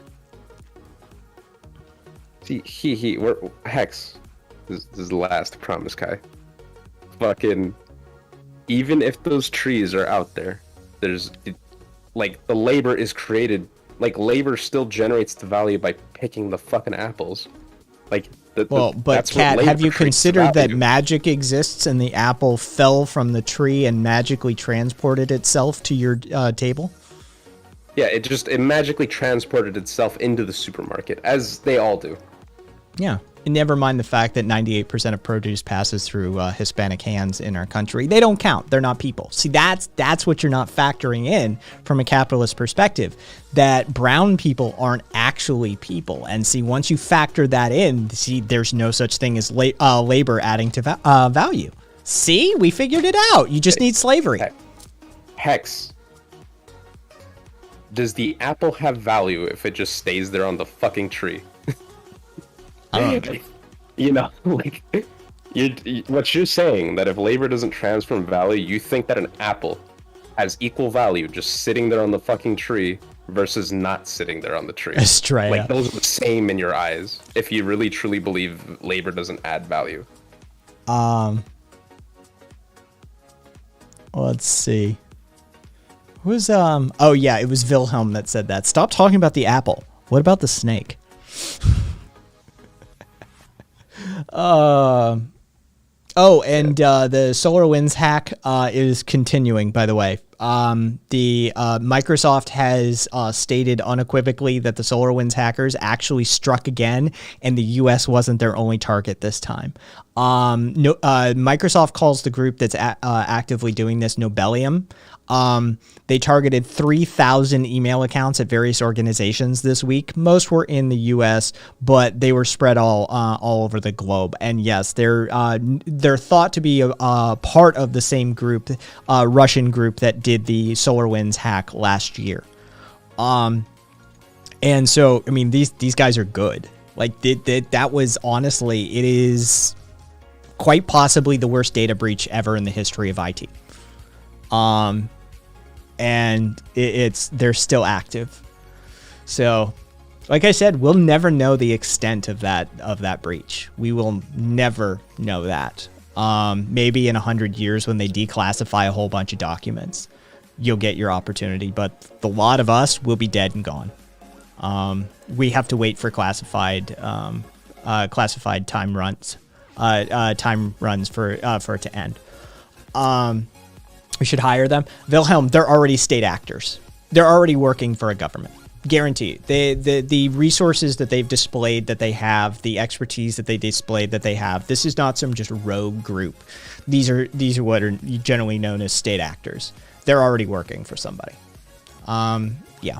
We think they're probably Russian. Russia has a very good development program for hackers. They start them very young. They run a nationwide program, and they basically pick the best possibilities. They funnel them in to an institute that trains them on these sorts of things. They create hackers, and they're very good at it. Some of the best in the world. Yeah. Let's see. Swede. No, that's not how it works. Everybody, let's Swede do the thing. Let's let the Economist. Yeah, let Swede attempt to do it. Stop tagging Hext, everybody.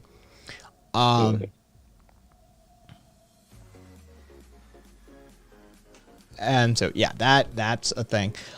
Did anybody else see the photo of the tree going down Vancouver Island Highway? It's literally pissed off a good chunk of the globe. I'm not kidding you. Somebody took this photo.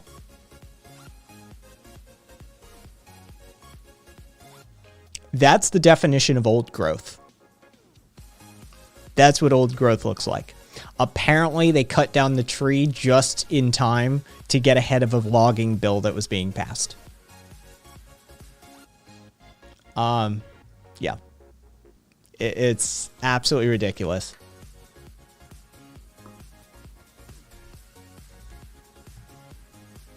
It is Estrella. From what I understand from the carpenters, there's a carpenter that lives down the street from me. Yeah, carpenters can afford like $650,000 homes. Welcome to fucking the trades. He said the price of lumber has gone up about 2.5 times since this time last year. Yeah, it's absolutely ridiculous right now.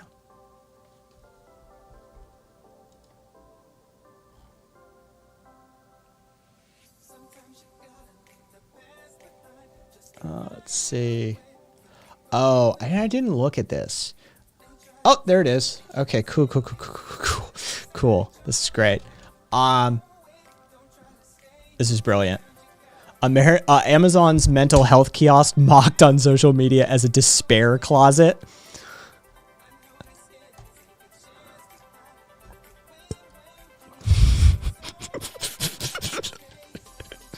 This is the Amazon warehouse equivalent of going and sobbing in the walk-in freezer for the food service. Only the walk-in freezer is bigger. Yeah, how much you want to bet? How much you want to bet that you still have to log whenever you do this, anyways? The walk-in freezer is better. Yeah, that's a scream room. I don't. So, where's like suicide booth from Futurama? Call it the jerk off closet. No bathrooms, but there's an isolation closet. I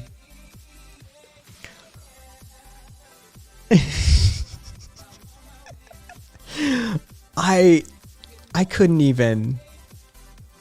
Honestly, it's astounding. It's astounding the shit we put up with. I can see coworkers banging on it or in it. Yeah, I feel like livable wages and working conditions are better than a mobile despair closet was one of the best comments. You know, a porta potty would have been more useful. Is R. Kelly in there?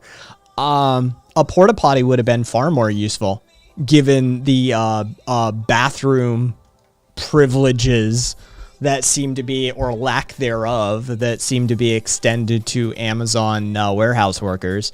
So, you know, maybe like put a toilet in that thing and it'd actually be useful for once. You know, someone will pee in it. God, I hope somebody does.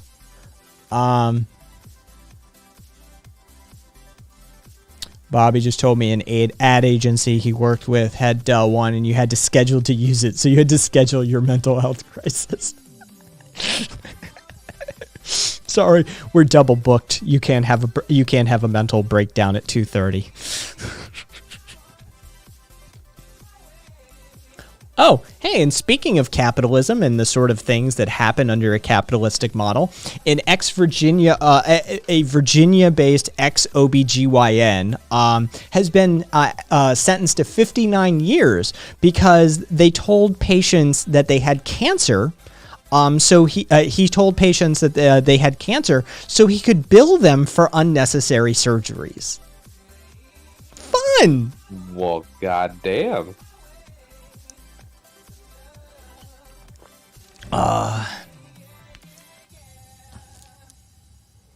The company named every room after someone, so that room was named after... Oh, Jesus Christ. Swede, I warned you. I warned you when you came in. I warned you, my man. They don't know anything. They know nothing. And they think they know everything. It is terrifying. I told you, your kids are guaranteed to know more than they do. 100%. It's astounding. The Dunning-Kruger that's going on there.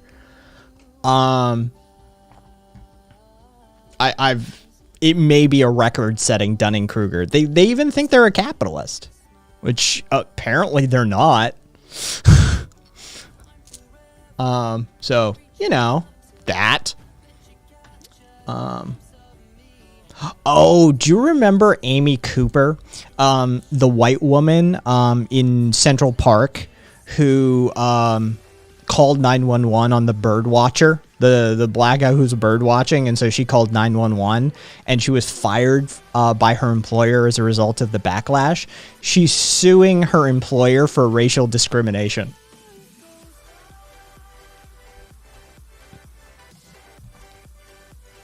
Yep, Marcus.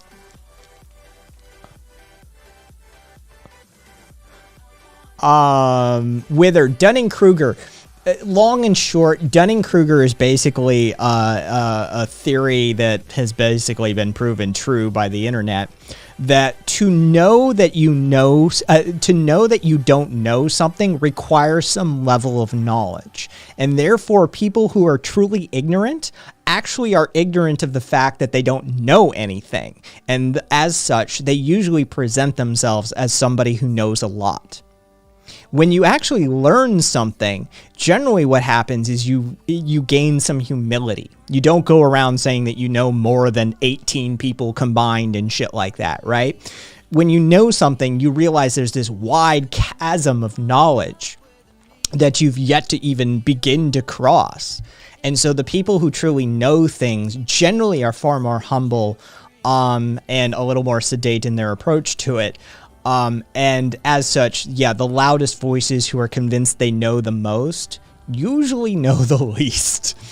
The ones who say like, hey, there's other experts in this field that we can talked to. I am far from the the leading expert in this sorts of things, and they defer to other people's expertise, and they prefer to consult research and studies prior to speaking on a topic and those sorts of things. They actually typically know something. The person who walks in and says, "I know more than both of you combined," well, there's Dunning-Kruger in action.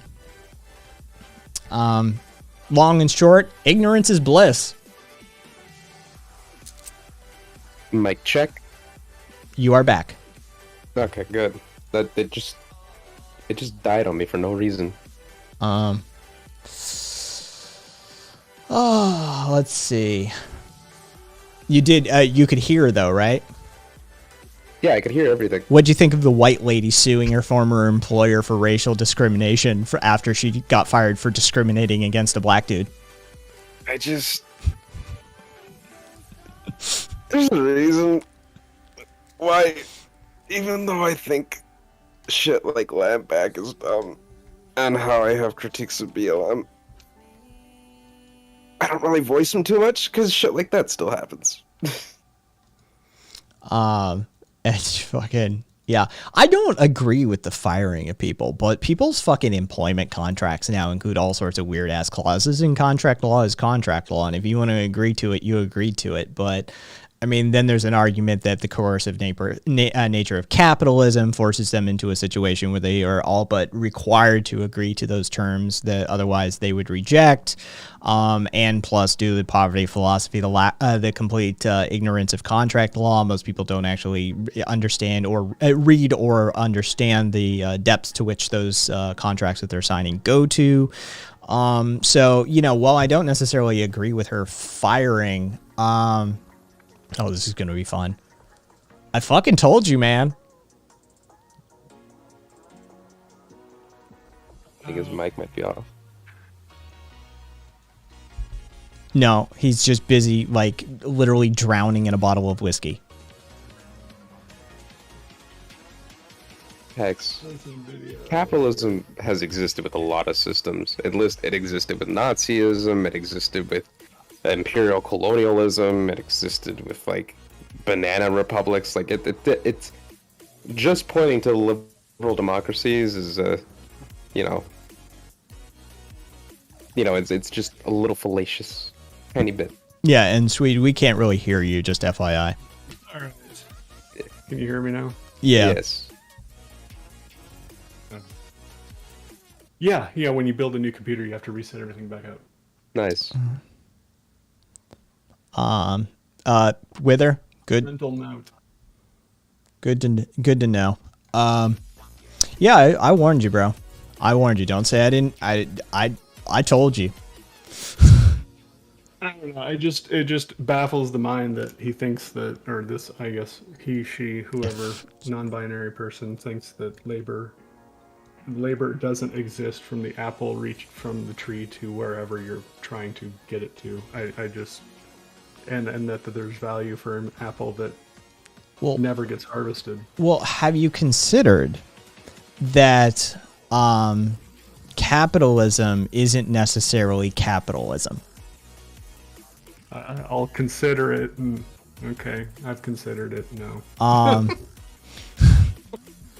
I couldn't imagine. Everybody's got a labor theory of value. This guy's a meme. Yeah, I'm convinced their account is 4 days old, and everybody wants to take them seriously to some extent or another. And I'm like, dude, they're just a fucking troll. They know not. Either they are the most ignorant person I've come across in a while, or they're just a troll. This is why I'm not engaging with them. Yeah, what gets me is they think that state ownership or state payment means not capitalism. It's I don't know. The doctors and everything still don't own the hospitals. There's still private institutions that are held privately. The capital is there, held privately. There's for-profit hospitals out there, even in Northern Europe. In Canada, there's cash-only hospitals. I believe Rand Paul got his prostate operated. He did. He went to Canada for his surgery. And he has to pay all cash for it. So, And in that particular doctor group is an all cash doctor group. They don't even accept the Canadian single payer, or not the single payers, their provincial payer system. So Yeah, in this part of the world, we call them concierge doctors. yeah. So I don't know. I just when somebody thinks they're thinks they're that big into it, I guess just let them go. Dunning-Kruger, my man. It's literally the walking definition of it at that point. So has everybody seen? Has any or everybody seen the fucking? How am I going to describe this guy? So this guy is he made his millions off of being a he's a used car salesman. I'm not shitting you. So basically, this video was making the rounds. He built his shithole of a McMansion across from a skate park. Skate park pre-existed prior to him, right?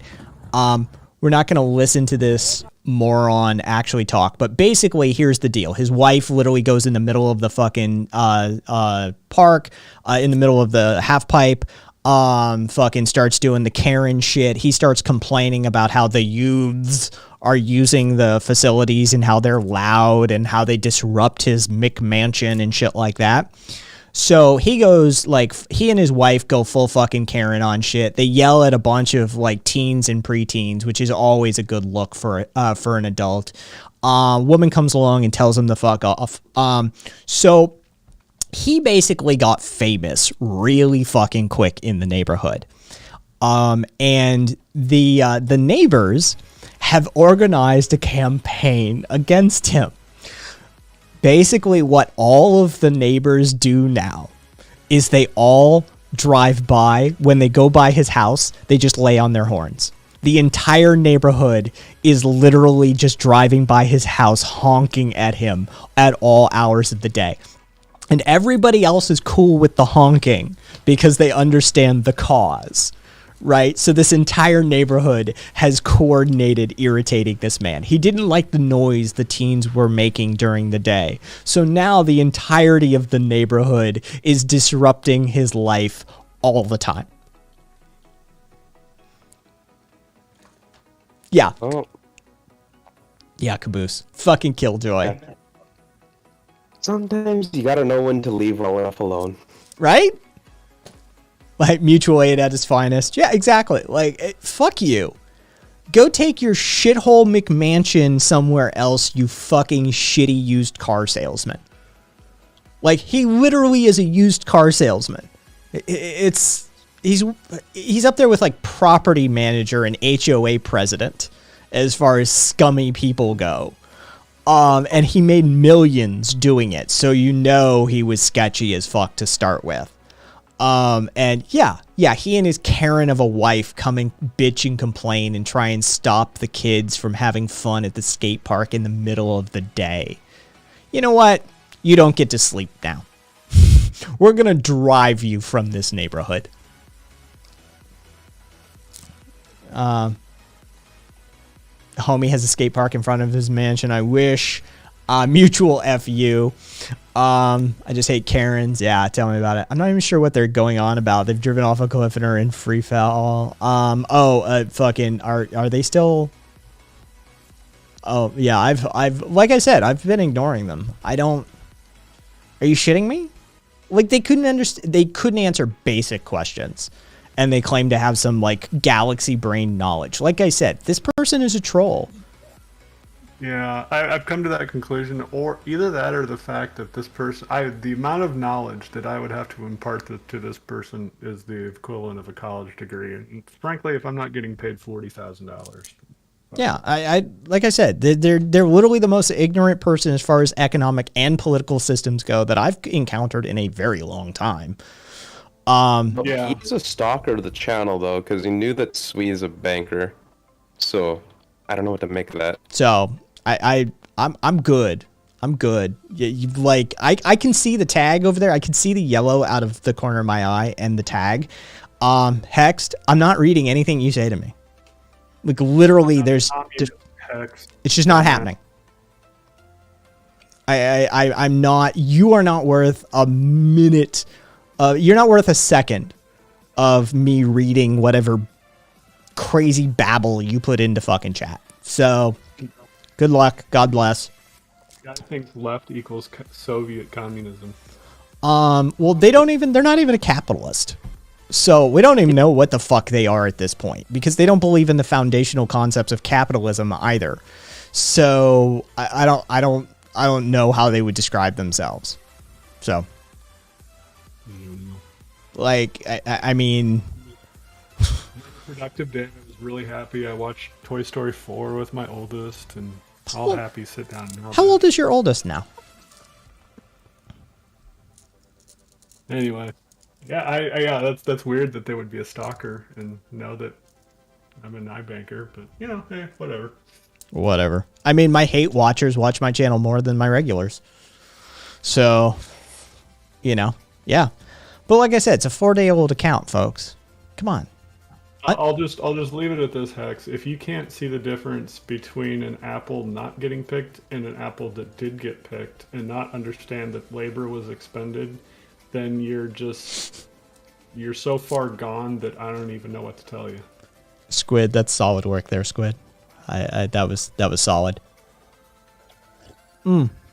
Shit. Would you say, despite the labor being put into Hex's opinions and putting them out into your chat, they have no value? And some dumb. I honestly, like, it's not even libertarian. Like, at least, like, neo-libertarians, North American libertarians believe in laissez-faire capitalism. This person has already crossed so many lines that, I mean, they don't believe in capitalism. Yeah, like, libertarians, like, some of them are actually fairly educated. Labor value. Libertarians understand labor value. So they would have understood exactly what we were talking about with the Apple example. So, yeah, I don't, that's just a non-thing. Sorry, Cap, I'm gonna step on you there. Yeah, you're good. Oh, it looks like Estrella timed him out. Oh, no, timed Glazy out. What did Glazy do this already? Fucking A. Jesus Christ, Glazy. Imagine calling someone a redcoat and thinking it's like a fucking, like a... Actually, I don't know. Is he using that as like a communist slur now? Or have we moved redcoat away from the Brits? I don't fucking know. All I know is Glazy's always full of some very chuddy opinions. Amazing. So I'm not gonna fucking, what is that? What timeout is that? It's their second timeout. I'm not gonna, cry over that loss.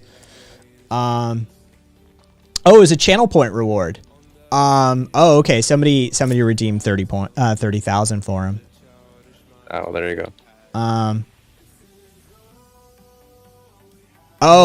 Mitre banned Hexed. Oh shit. Oh yeah, they crossed the fucking line. DM it to me. Because I didn't see it. Death threat to casual. Oh, okay. Yeah. That's fucking stupid. Yeah, which, by the way, I mean, again, I would never encourage mass reporting, but that is very much, that sort of thing. I just want to know what Casual said to set him off.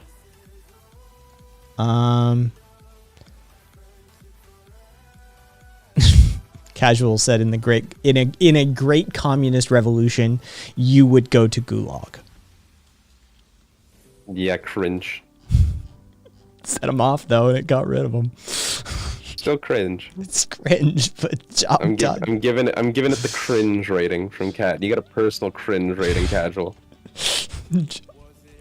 Oh, he's DMing me. How cute. Of course he is. Of course he is. You've got a new fanboy. This is why I keep my DMs closed, folks. This is why I leave them open. It's Dragos. You get a props from me. Mitre congratulated Cupcake on good bait. Mitre, game recognizes game, right, Mitre?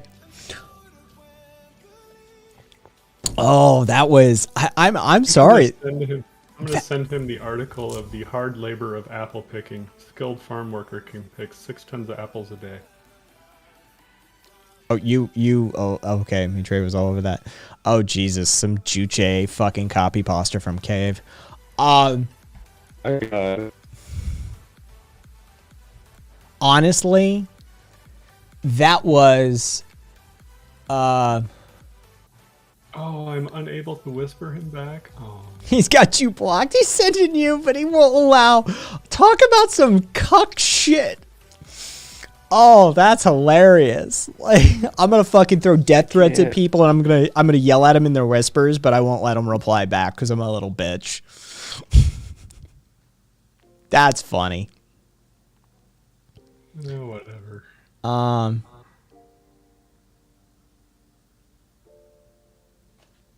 Hi, this is as Squid, yeah, exactly. Kai, this is why I keep my DMs closed, people. Cat, this is why I keep them open. There are two kinds of people.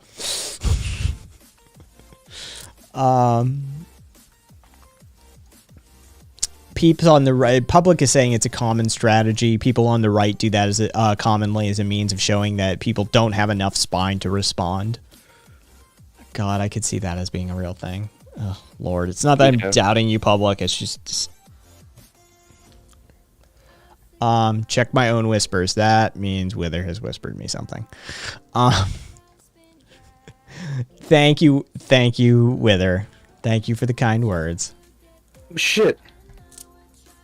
Guess who DM'd me? Oh, I'm hang on. Celine Dion. No? What? No. Oh, Tom Morello. No. Stephen Hawking. No. Shit, I'm out of guesses. I don't know who. Well, apparently Celine Dion's at Loser's house, but apparently Glaz is saltily DMing me about the timeouts. So that's fun. Well, somebody spent 30,000 points to time him out, like, immediately. Yeah. So apparently there's beef with Cupcake here. He's complaining that Cupcake's timed him out a bunch of times. He's wondering how it's even possible. Well, Cupcake can't time you out directly. That's just not a thing. Cupcake's not a mod. But if Cupcake spent the points, then that's just how that works. Right. The hard labor of... It's literally called the hard labor of apple picking. Oh, it's adorable, Swede. Really going for the jugular on that one, aren't you? Like the old trope of economists talking about like who is performing labor on the tree as it grows something. Like that shows that he didn't read Marx, because Marx like expressly talked about that for what, like 2 or 3 chapters. Oh no, he wouldn't read Marx. He didn't read any capitalist shit either, obviously. I believe Adam Smith wrote about that. I don't believe it's in Wealth of Nations, but I think it's in another treatise. So basically what's just happened, if somebody's talking to Glazy, what's just happened is somebody has redeemed 30,000 points to time him out again. Keep complaining, Glazy. Shit's gonna go down. It's a very expensive timeout. It is public. It's not meant to be easily achieved. It's, it's to prevent abuses. But if somebody's willing to spend 30,000 channel points because you're that obnoxious, then you've probably earned your timeout. So yeah.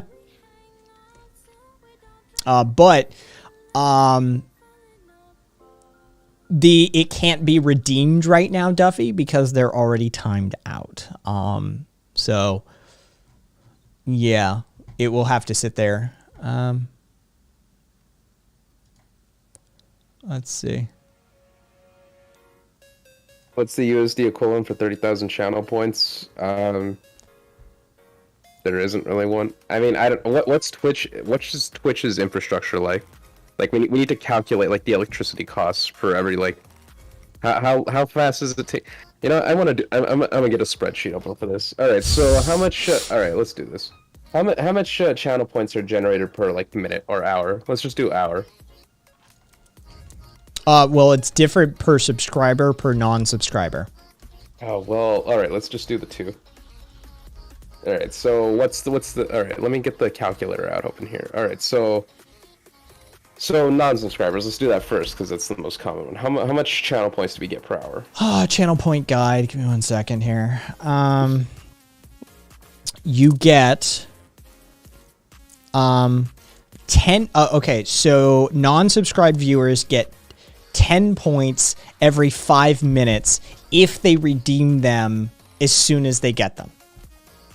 So let's just assume that like someone's like just habitually redeeming. So 10 points per every 5 minutes, right? when you click to redeem, you get an extra 50.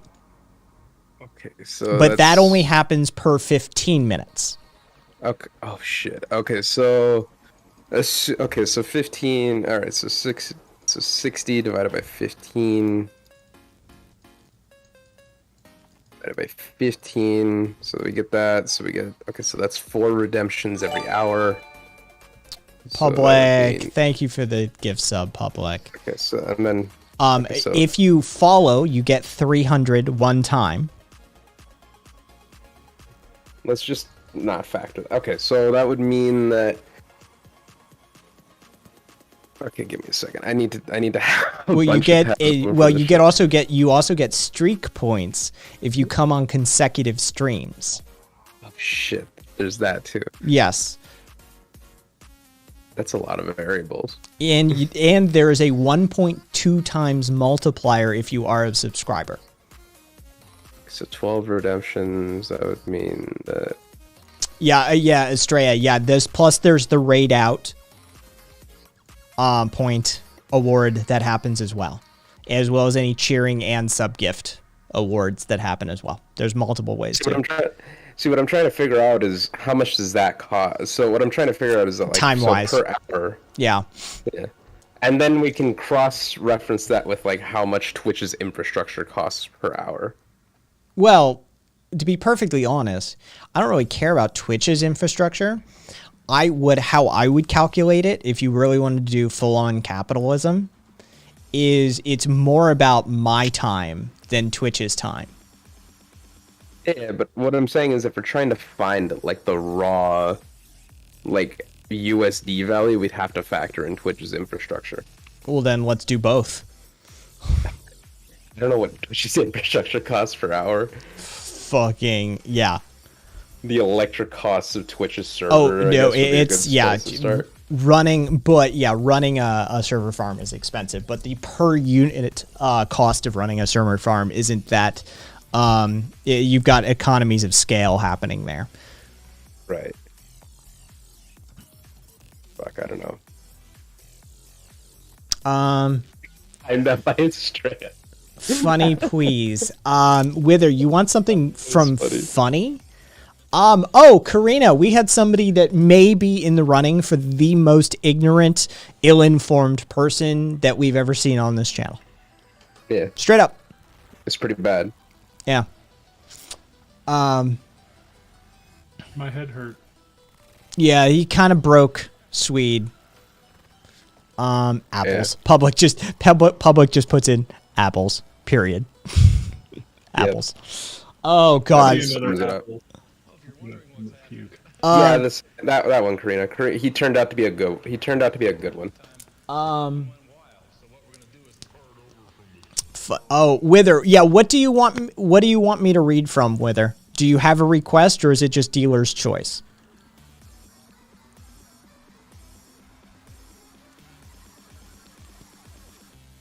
Get him to I read want some you to funny shit read- with her. Overton Window by Glenn Beck. Oh God.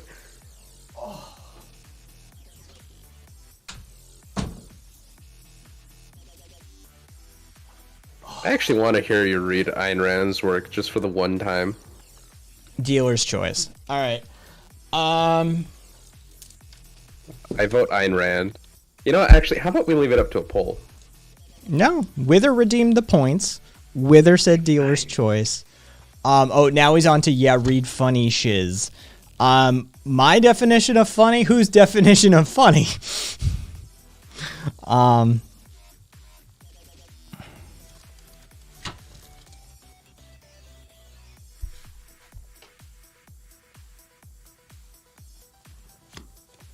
Okay, so I won't do that. I was gonna do that to fuck with Cat. What are you gonna do? The meta ethics of post anarchism. Oh God. Oh yeah, yeah. Okay, so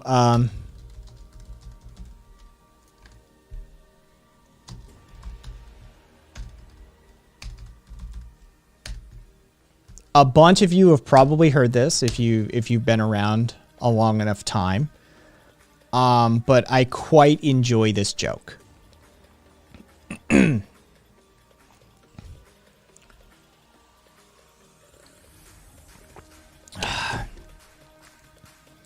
Once I saw this guy at a bridge about to jump. I said, "Don't do it." He said, "Nobody loves me." I said, "God loves you. Do you believe in God?" He said, "Yes." I said, "Are you a Christian or a Jew?" He said, "A Christian." I said, "Me too. Protestant or Catholic?"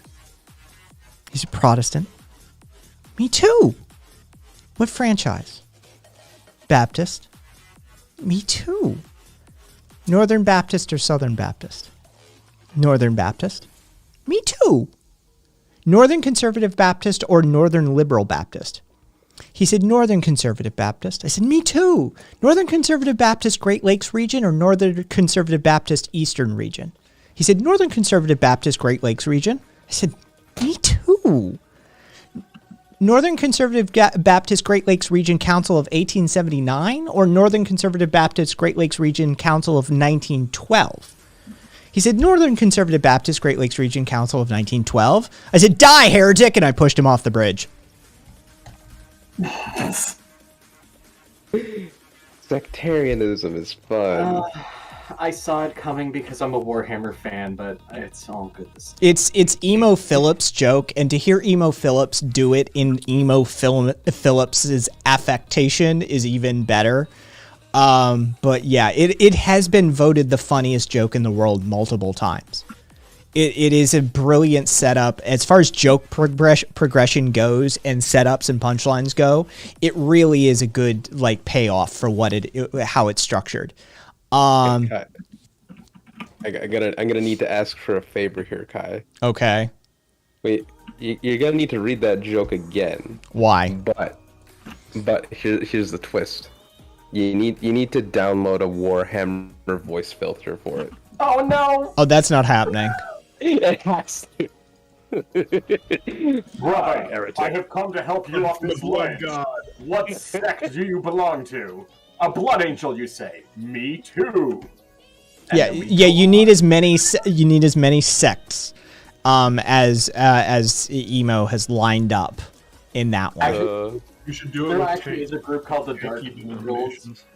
that specifically add obnoxiously extra layers to their society just to be extra, like, With sneaky. Me Trey, the setup. with, No, Wither, I'm not. You are redeemed your and I'll redeem the points. Fuck. Me Trey, the setup is perfect, in my opinion, just because it is literally that's kind of the point. Is there's so many sectarian divisions within just something as simple as Christianity. And when you arrive at that end point, it's still the same, die heretic. Even though they share all of that in common, it's still at the end, die heretic. I think you should do like key denominations. Oh yeah, that would be easy as fuck. You need to find like some obscure strain of Marxist-Leninism, and you can run down the train there. Fucking. Are you a Lysenkoist? Me too. Yeah. So if anybody wants to write a different form of that joke, by all means. Fucking Christ. I think he is a Lysenkoist, and he just was a little just short-circuited. Oh, that could have been funny. Fucking 15 Elliot wanted you to fucking read the Black Hammer Manifesto. Do they have one? I guess they do.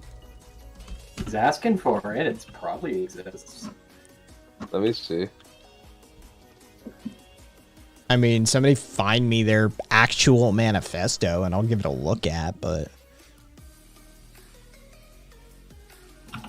Oh. Oh, well, that's surprising. Apparently, they don't like Marx. They don't like anything. Marx was a white guy. Of course they don't like Marx. Their manifesto just land back.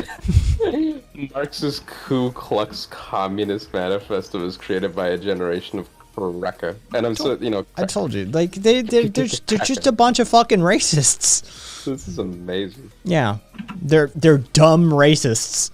I'm sorry. Let me revise that. They're cringe-worthy, unloved theater kids who needed a few more hugs.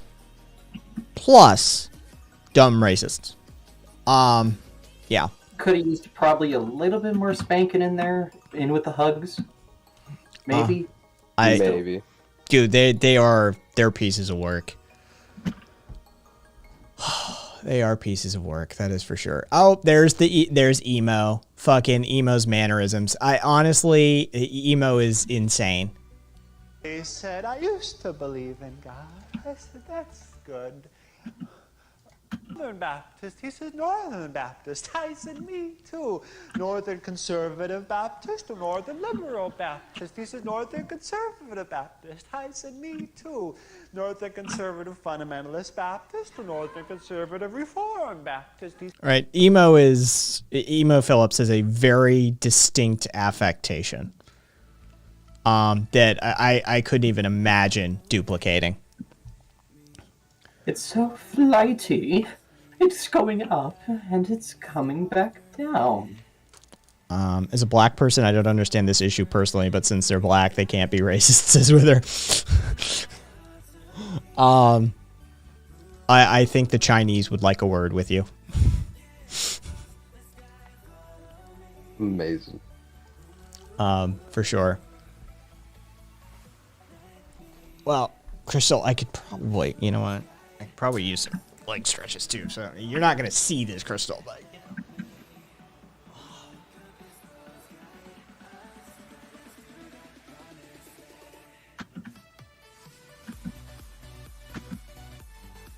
know. That's how you fucking start, Rev. There's a solid 12. 12 count for you, Crystal. Yeah. Oh yeah. Wither's black. He's like he's a little young black twink. Straight up.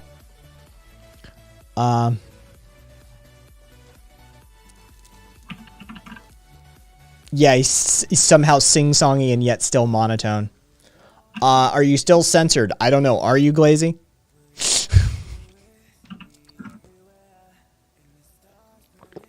Oh. Look at his profile. Oh yeah, no, it's straight up like. Why did you even get that picture of fucking Biden?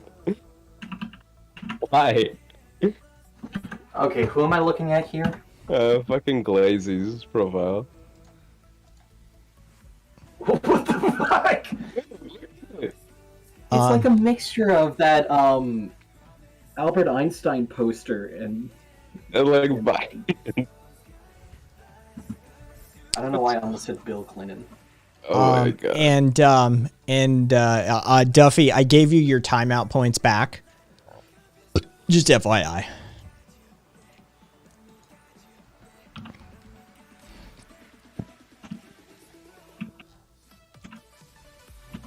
It probably wants to know when you're gonna clean up that room. Yes, quite the mess.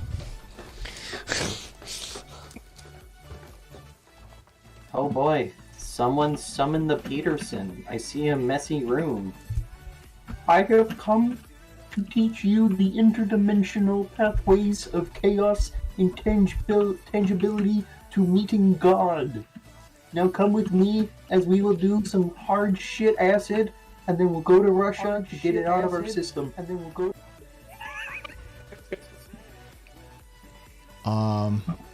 Where's oh, there it is. I love Peterson. Channel points. He's good memes. He's very good memes. I'm saving 30k to time out Cupcake. Well, you better fucking like calm your shit down then, so that you can actually get there. Yeah, it would be interesting if there was an actual economy, like you could trade the points back and forth between user accounts. It'd be funny as fuck just watching like everyone just start timing each other out, just like a little gang war in chat. I have an evil plan to convert Black Hammer into Marxist, says Premarital.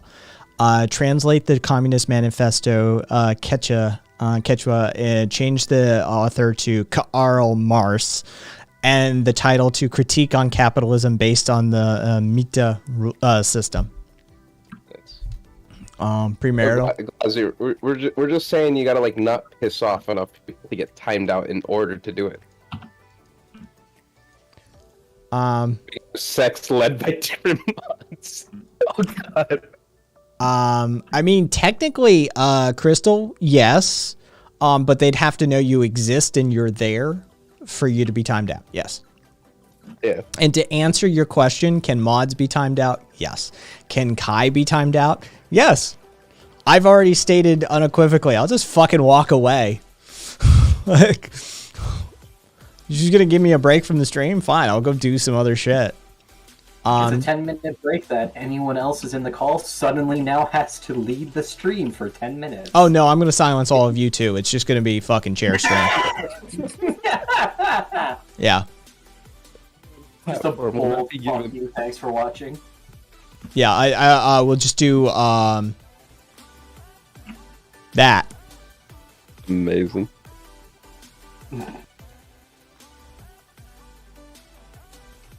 Another streamer does a Russian roulette timer thing. It's pretty funny. Oh god. Hey, there's Wither. Channel. Oh. There's Wither. Yeah, I'm black, but don't let the basketball fool you. I can't play the game for shit. You should definitely learn Wither. It's a fun time. Yeah, says the one who ruined their ankles playing it. There's a reason why I was able to do that. I played it a fuckload. No regrets. No regrets. Not yet, at least. You look so distinctly different between the pictures for some reason to me. Oh, lighting, framing, something's just, yeah, something's doing it. No regards. It even kind of looks like somebody's holding that basketball for you off from the side. Oh. Yeah, no, gee, if we just line your wrist up with mine, yeah, they'll absolutely look like you're holding the basketball. That's dirty. Or the funnier aspect is I just looked at this. The funnier aspect would be just photoshopping a PNG of a basketball over Wither and making a shadow spot. Because it kind of looks like it. It really does, yeah. It kind of does look like a Photoshop.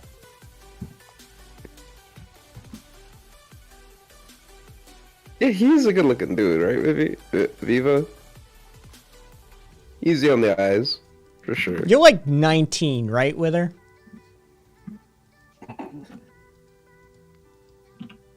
You guys gotta be careful. Yeah. 19 and going on smarter than he hacks.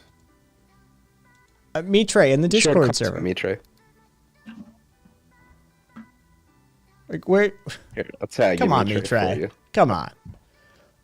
Yeah, 19. All right, yeah, he's a decent looking dude.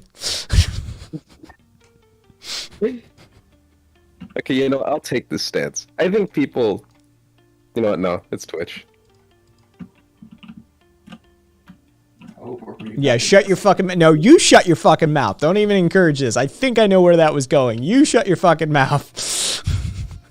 I was just gonna say that platonic relationships can be possible, but it's just gonna spawn like a whole discourse that'll inevitably spiral out, you know? I mean, to be perfectly honest, this is why I hang out exclusively with straight dudes.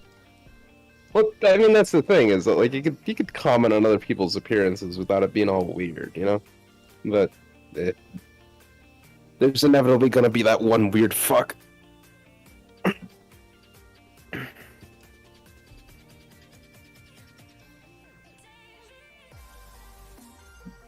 God damn it, Mitre. Jesus Christ. I just... I'm not doing this. I'm not doing it. I already did the I mean, fucking, I saw like, I was looking like yesterday or something like that. I think it was fucking Sean and Ancom Psycom doing the Vosh drama. I was like, Jesus Christ, it's Thursday, guys. Get with it. Fucking, holy shit. Yeah. I realize just how plugged into the discourse you've become. Like, plugged into the discourse. That's why I have all you. I ain't plugged into shit. Y'all are plugged into shit. And then you come tell me. Yeah, I've set up an aggregation system for online drama, basically utilizing crowdsourcing as a fundamental methodology. Yeah. So you were just part of my aggregation system. That's all. I programmed all of you.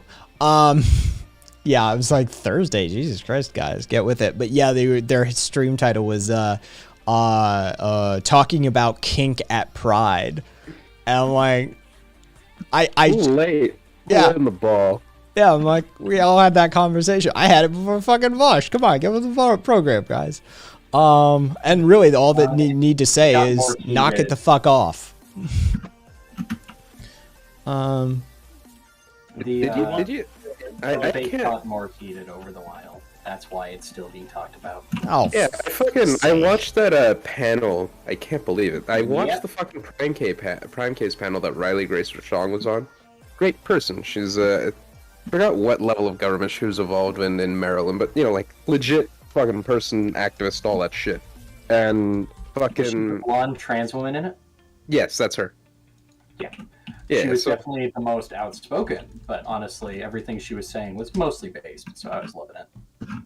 See, my thing is that I disagree with both Vosh and Riley Grace Rashong, but the defenses from people in my camp make me cringe.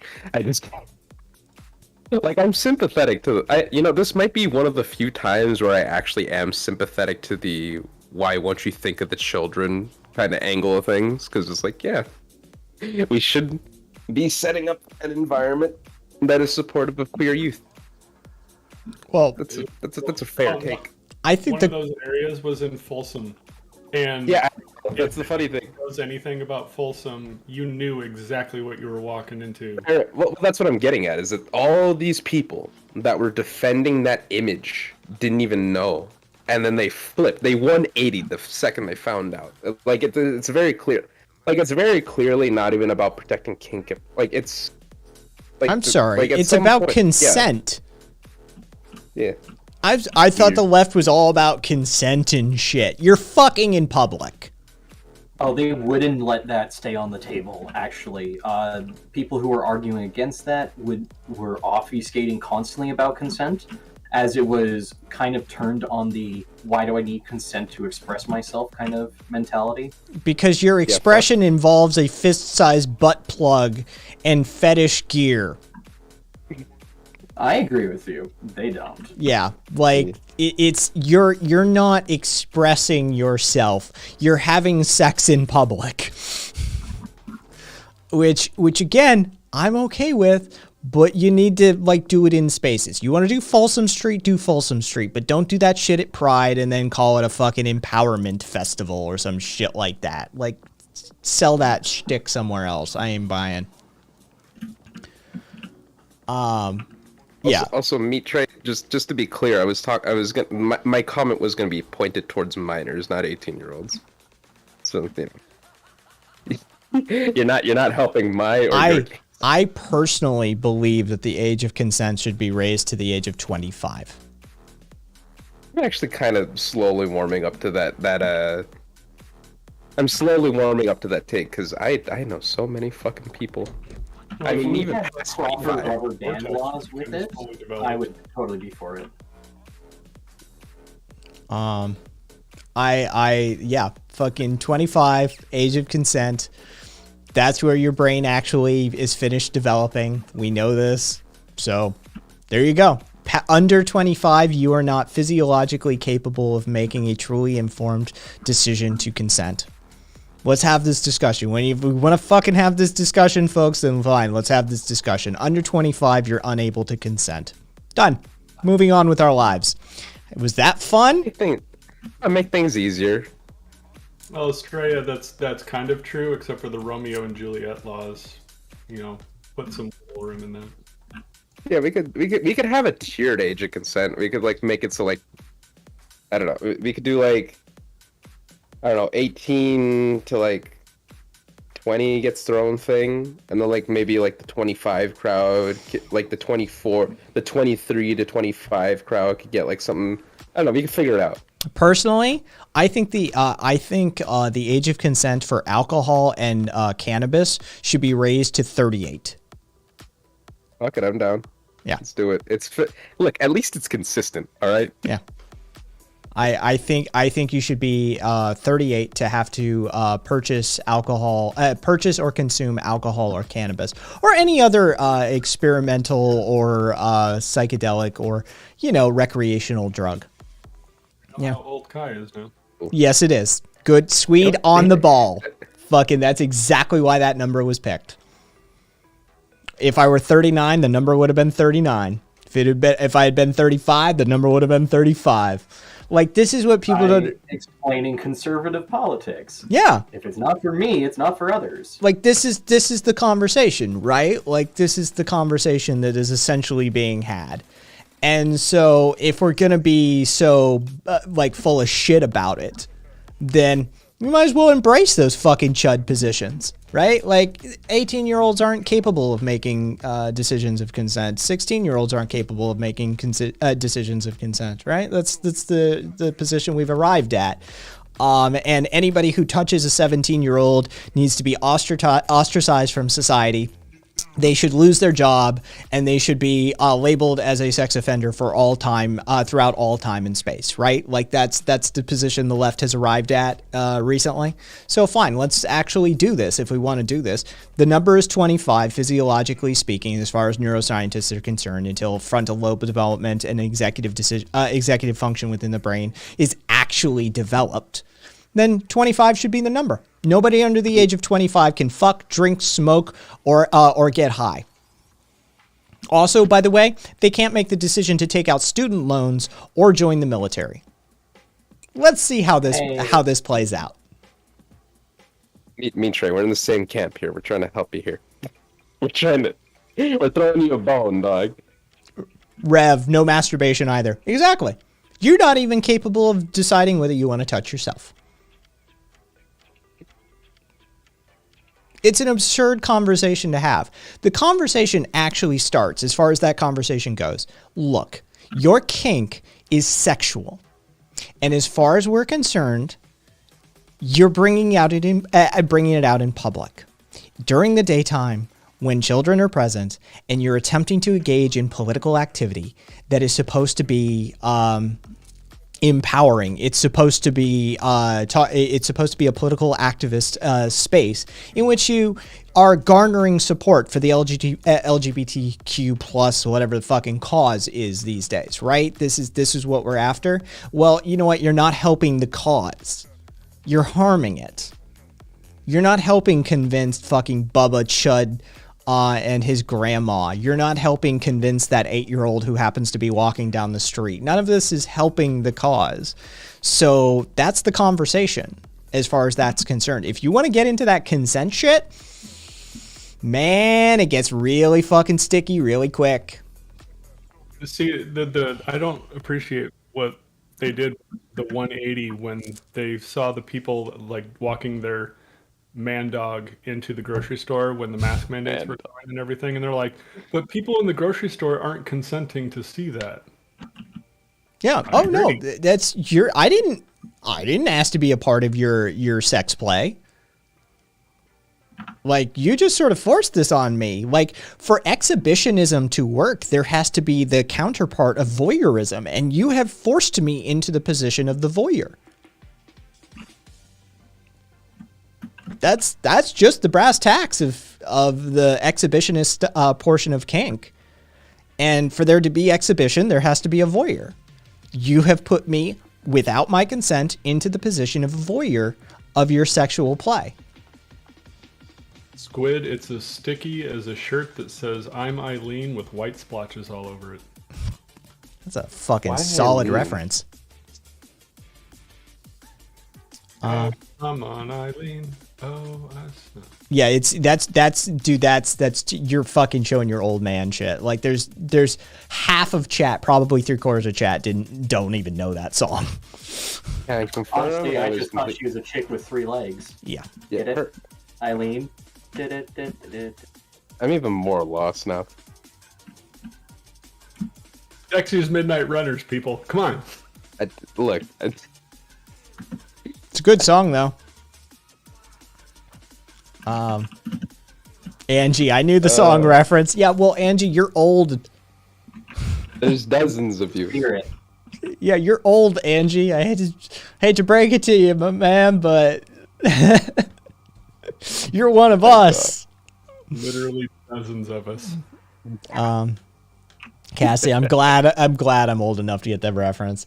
Honestly, it's a great song. It really is. I was just wondering who Eileen was and why they were so into Bukkake last week at Obscurio stream. Sidewalk, that means I'm not old. Yeah. The counterpoint to that is to wear a shirt that says Frankie says relax.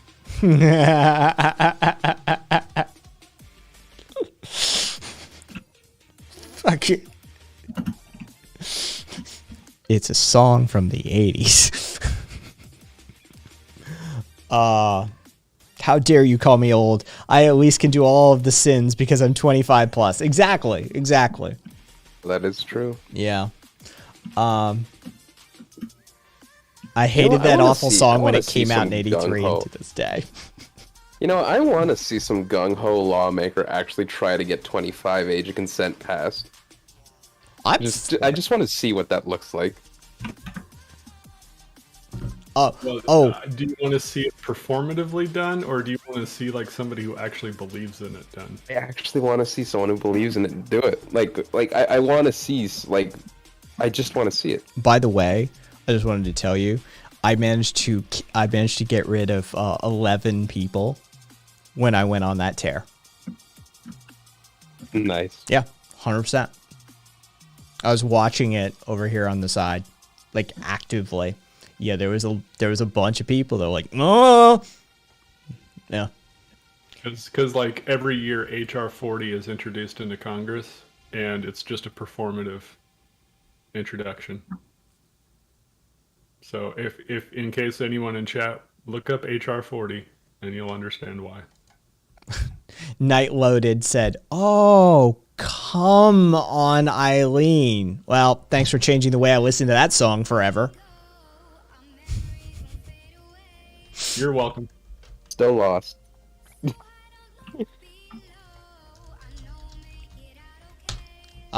Let's see how much of this I can play. Not really coming through. Well, Discord wouldn't hear it as well. Discord's noise suppression and cancellation technology fucking does a number on shit like that.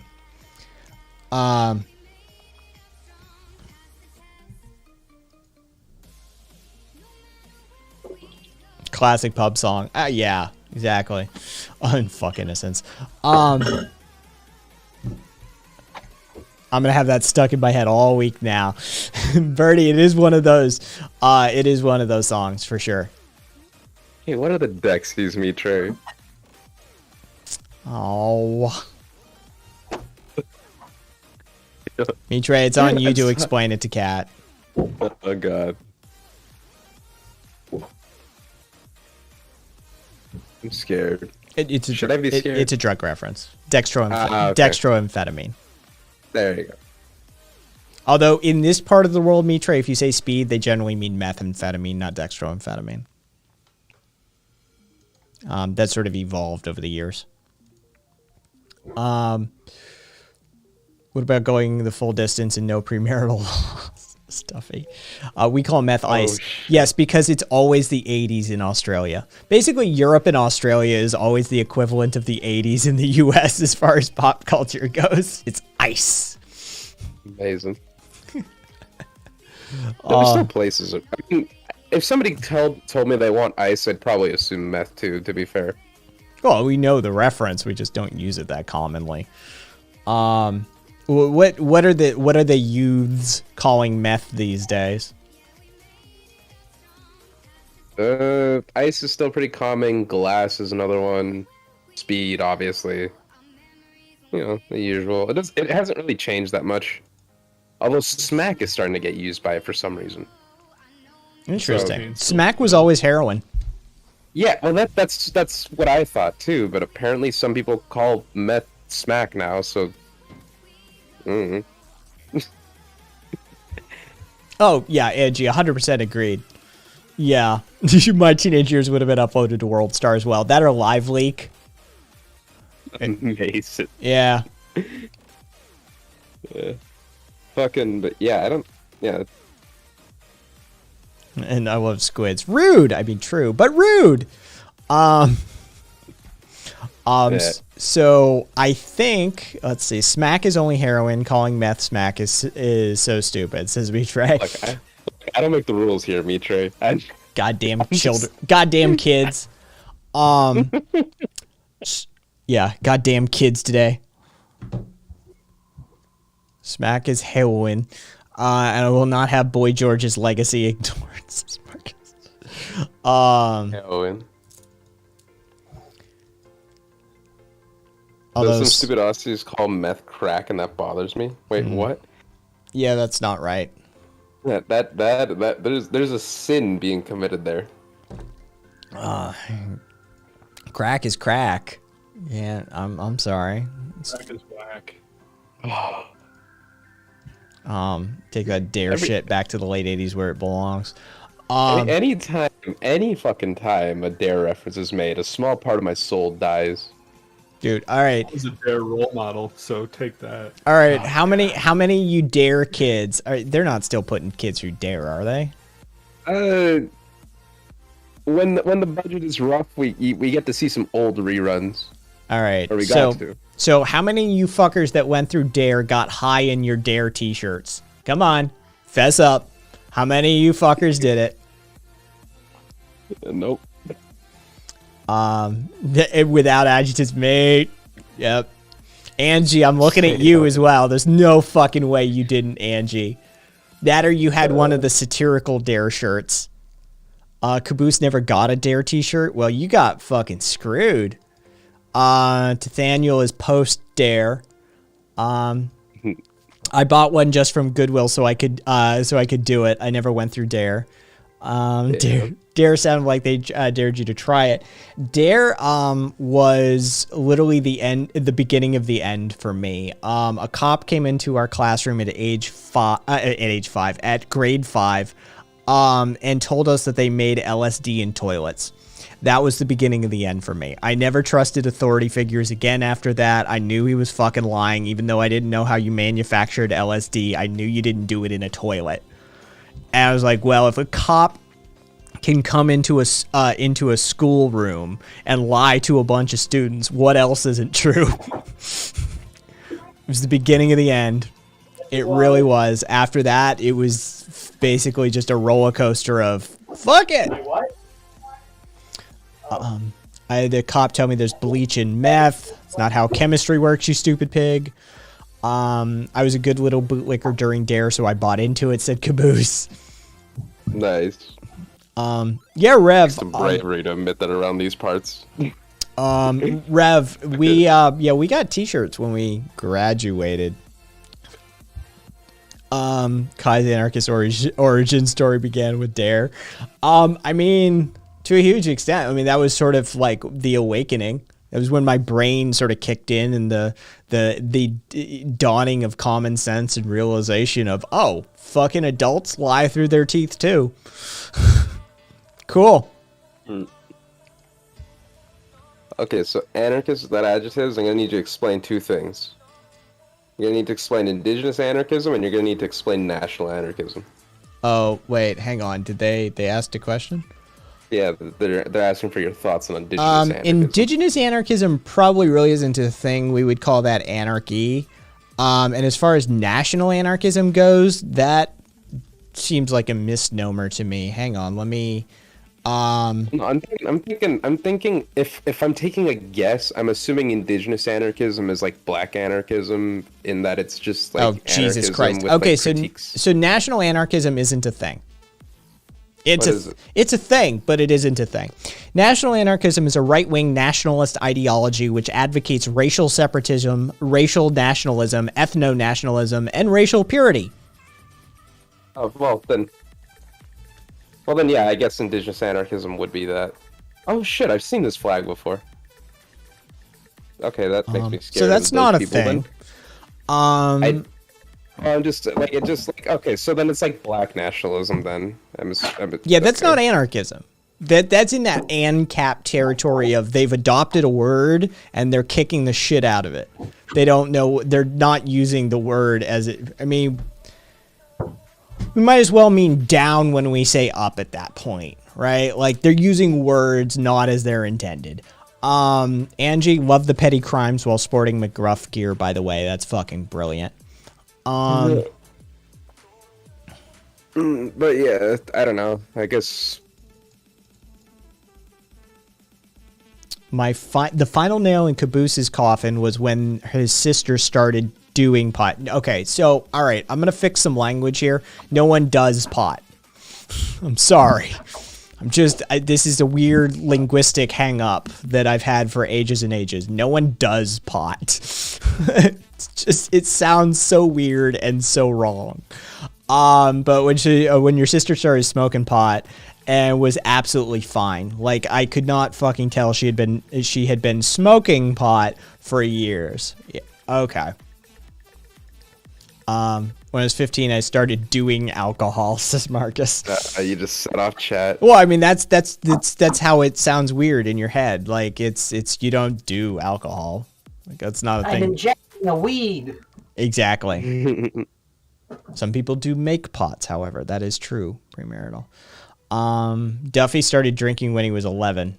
That sounds sounds about right for what from what I know of you, Duffy. that feels accurate. Yeah, I gotta be honest. Having a Molson Canadian shoved in your face at a young age is pretty normal. That's fair. Squid, yes, sir. I would like to purchase one weed, please. Jesus, Duffy, your parents are. I mean, I don't. Your parents are kind of crap or something. Like, holy fuck, Duffy. The first time I got drunk was when I was 3. So They didn't give it to me. you Who feel gave it to alcohol you? syndrome You took it. afterward? Still, there's issues there. My uncles were playing poker with and my dad. All right, I can work with this. They should still know when their children are fucking drink. Yeah, you were grabbing the empty empty bottles and finishing them. Yeah, this is still on them. This is still on. Oh, if you're grabbing the bottles, it wasn't like the kid poured it in a glass, or like, oh, you can't tell he's not drinking apple juice. But no, if he's got a fucking beer bottle in his mouth. They noticed I was acting funny and they watched what was up. Did they laugh? Is the question. Was there concern or was there laughter? Yes, they did. All right. Well, I'm going with my original statement then.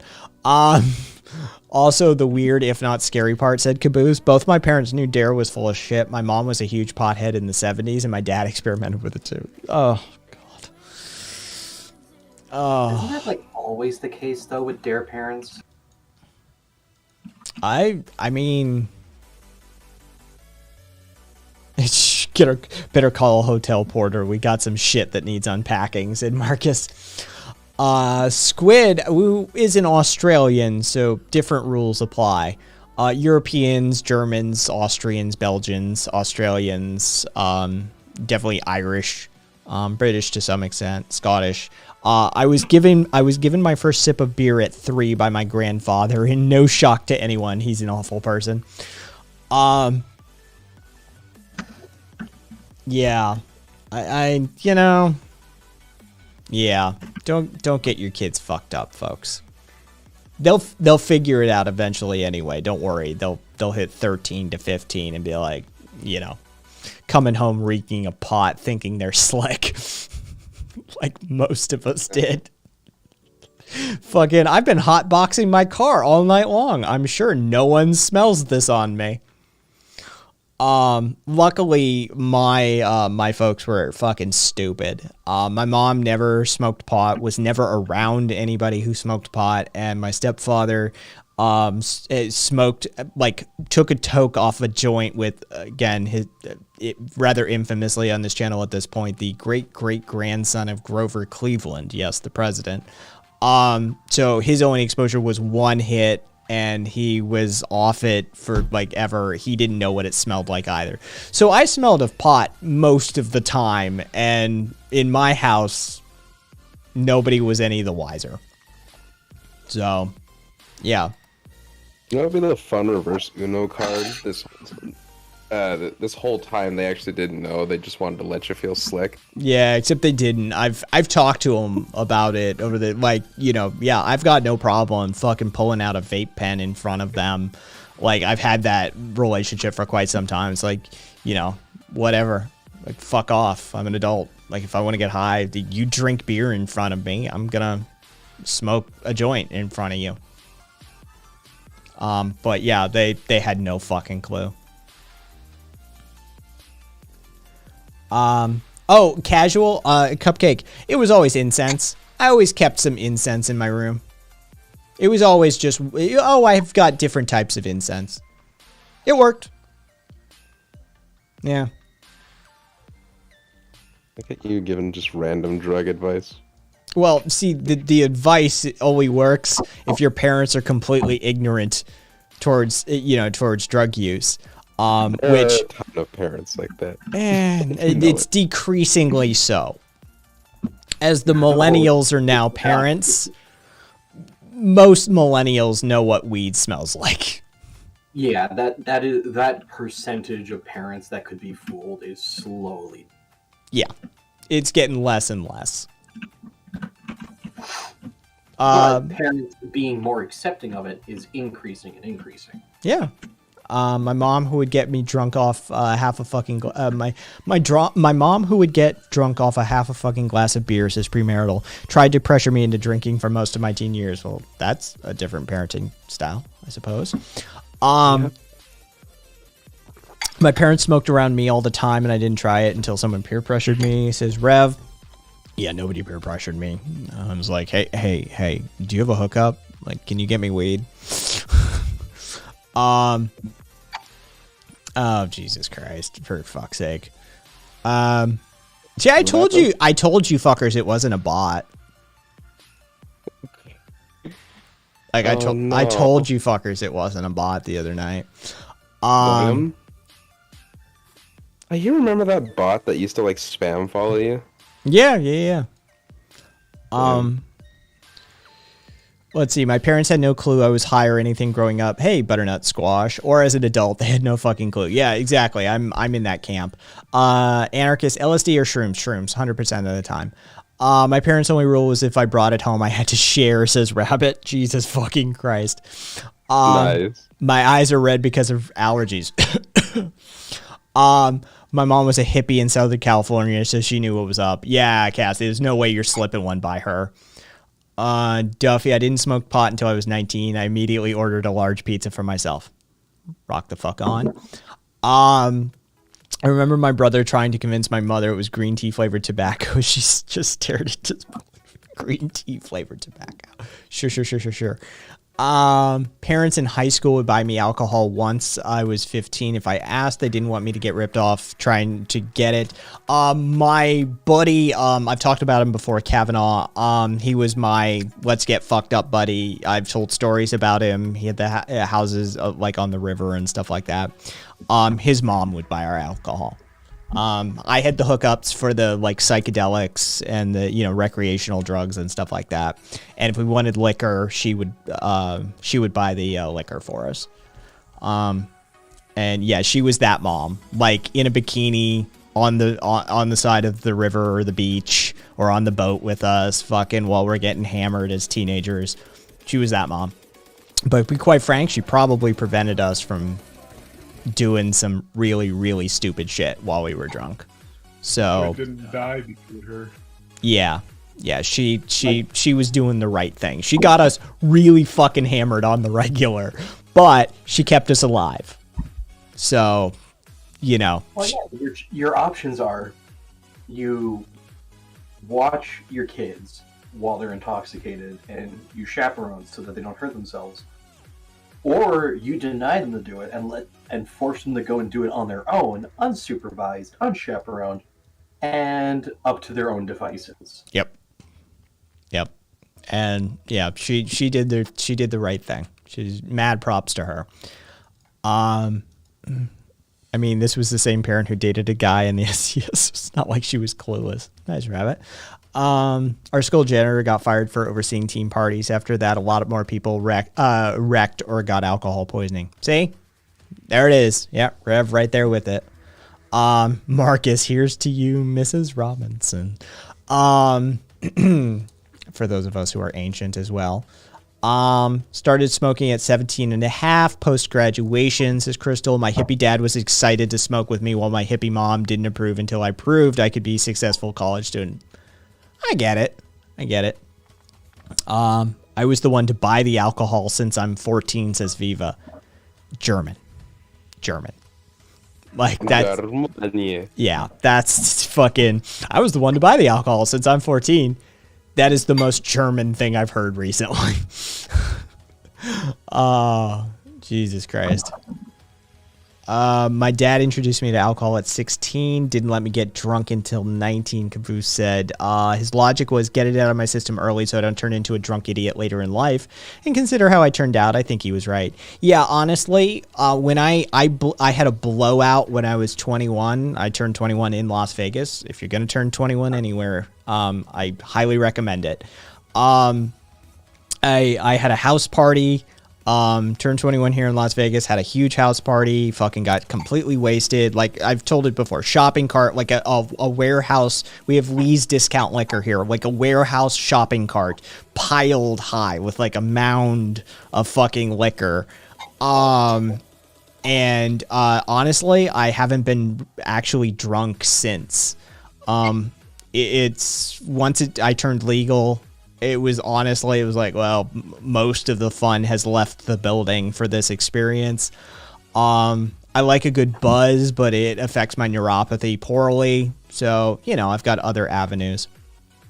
New Orleans is, an epic place to turn 21 as well. Rev, I'll smoke my kids under the table if they ask me once they're about 16. Squid said it's pretty common there around 15, 16. Parents will buy their kids alcohol, usually something like vodka cruisers, and make sure their kids and their friends are safe at home and not off doing crazy shit, right? Turd poached their dad's beer. German mom, so alcohol wasn't a big deal. Oh, fuck you. Jesus Christ.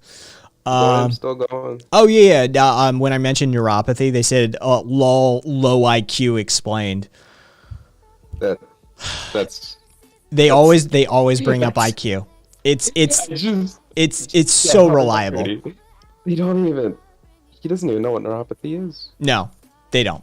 They don't know anything hilarious. usually. They're pretty fucking dumb people on average. That's not what neuropathy is, buddy. It's like Homer catches Bart selling cigarettes for the mafia, makes him smoke them all as a lesson. Later, Public, take care of yourself. If you're around, Public, hit up Bad Movie Night. It's sort of like Samurai Ninja Night for Bad Movie Night. Hey, very knowing, it's progressive small fiber neuropathy. The neurons in your brain aren't small fiber nerves. But hey, Yeah, who's got time for medical distinctions when you know things, right? We went over this tonight. No movie. Well, that's Public. Either way, you have a wonderful rest of your evening. Take care of yourself. Much love, Mama.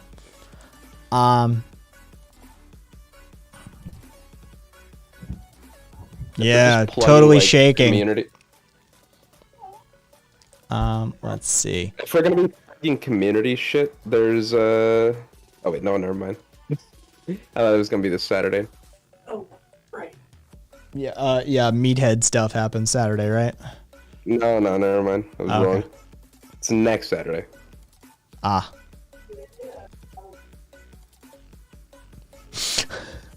FIFA. Crystal, I can still see the memory of the first time my mom passed her pipe to me. It was the stamp of approval and meant so much to me. Nice. It's sweet. How'd you get so smart, so young, Kai? Honestly, I mean, people don't want to hear this, but good genes plus early life education. My grandfather was brilliant beyond belief. It still staggers me the level of capability that man possessed. His linguistic skills, his musical skills, his technical skills.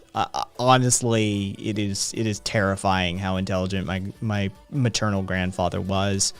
I have just a bit of that in me, plus early life education. My mom had me reading and doing comprehension and all of these sorts of things at a very, very young age. She instilled it. She made sure that, I had the tools to develop it. That's basically it. Involved parents mean a lot. Drinks lots of omega-3. Kai drinks a salmon every night. How do I acquire my knowledge? Innate curiosity. I don't know whether my mother instilled the sense of curiosity by constantly telling me to look it up every time I had a question. But intensely curious. And I had the tools at my disposal to answer my questions. And so if every time a question popped into your head, imagine as a kid, like how inquisitive kids can be. Why? How? What? All of those annoying questions that kids ask, my mother fostered. She encouraged it. And she provided me with the tools necessary to answer those questions for myself to a huge extent. And so that's basically been the story of my life, is if I'm curious about anything, and I'm curious about everything, but the instant the question pops into my head, I need an answer. I'm going to go looking. And I have a halfway decent memory when I'm actually engaged. I'm got that old man brain going on now. Like it's starting, I can feel it.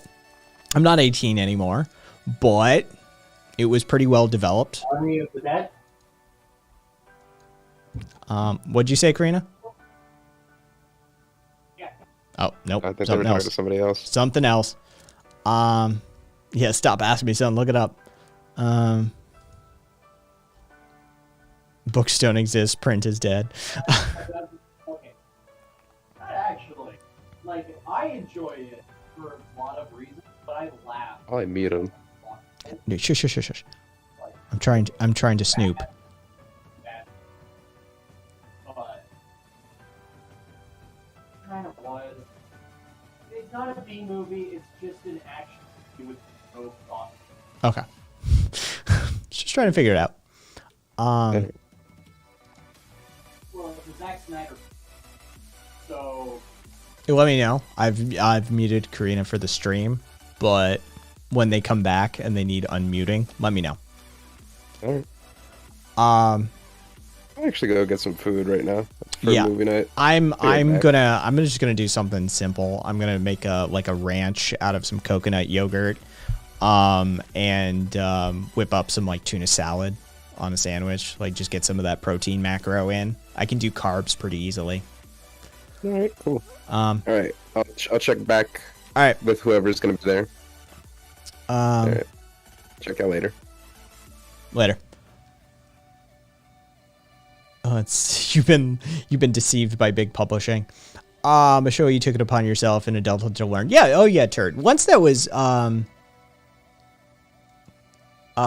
yeah. A sidewalk. It's actually really good. Coconut yogurt is really fucking delicious, and it's not super coconutty.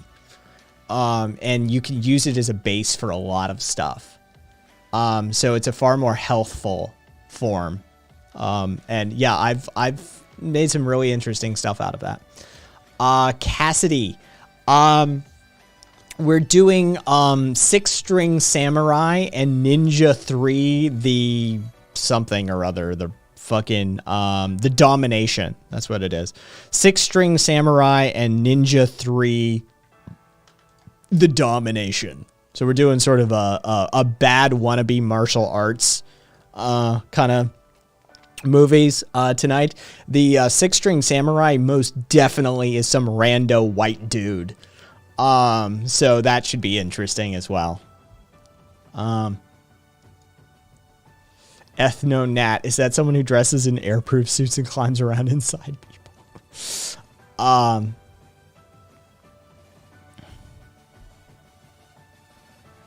Let's see. So we watched 2 ninja-specific movies last time, right? No, because we watched Star Crash. Oh right, no, Star Crash wasn't ninjas. And we watched was it Miami Connection and then Star Crash? Was that last week? Yeah. Okay. Miami Connection was the ninja film. Yes. And then we did the Star Wars ripoff, Star Crash. And so yeah, this week it's could I say 80s martial arts movies are like gold mine for bad movie shit. So yeah, 6 String Samurai, which is like a post-apocalyptic, like Elvis, like there's some Elvis shtick that's involved with it. And yeah, it's very odd mashup of stuff. And then Ninja 3, The Domination. I've seen it on lists before, but I don't really know shit about it. But I'm sure it will be not great. You need to put us in the hands of fate. That actually, that's already in my collection. Manos is an amazingly bad movie. Also, I've considered doing Birdemic maybe this week. So maybe something like 6 String Samurai plus Birdemic, which is... Oh, goodness. Yeah, really not good.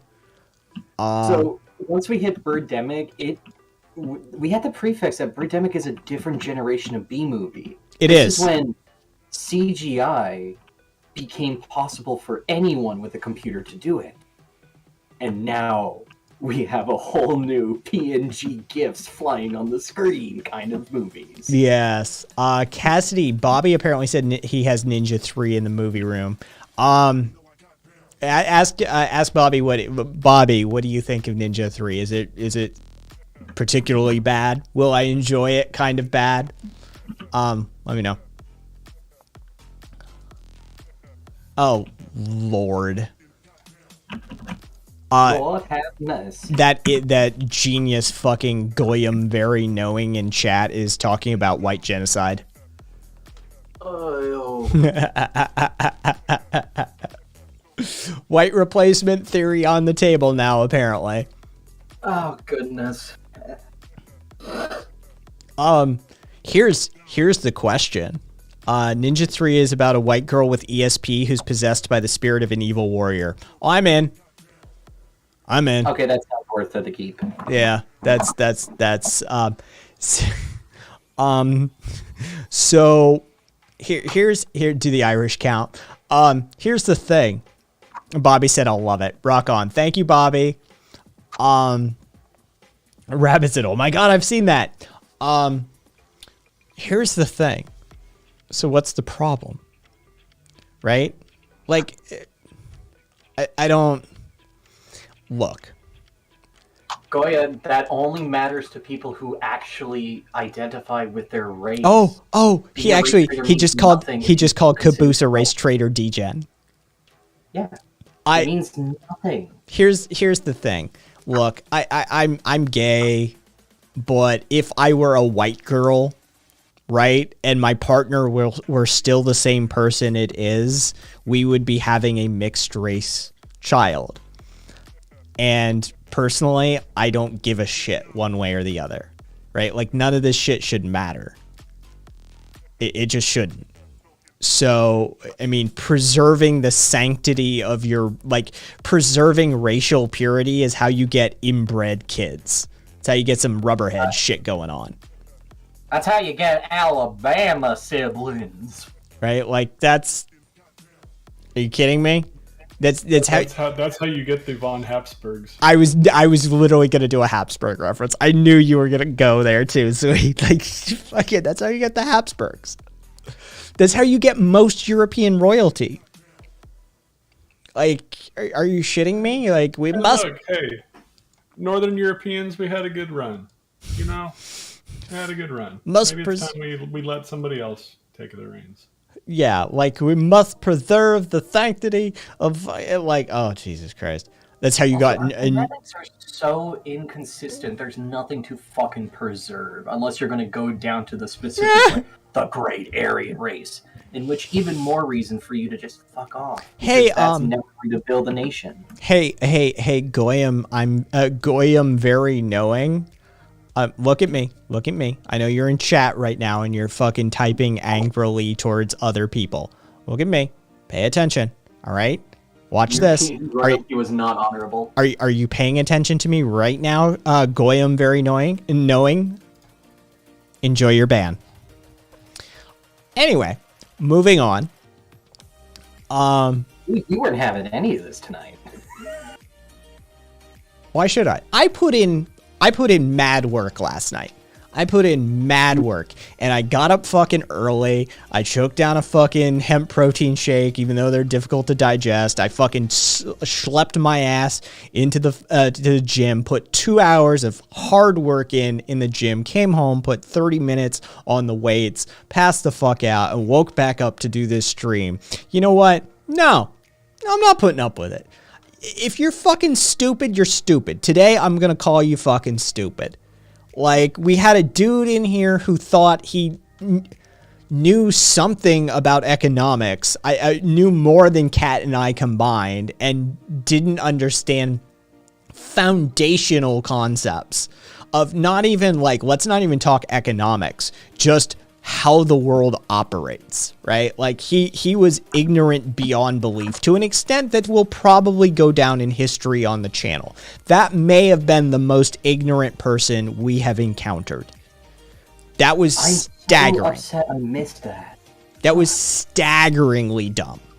And then we've got some race traitor yelling asshole fucking in here about you have to preserve the sanctity of the white race and how we're being genocided.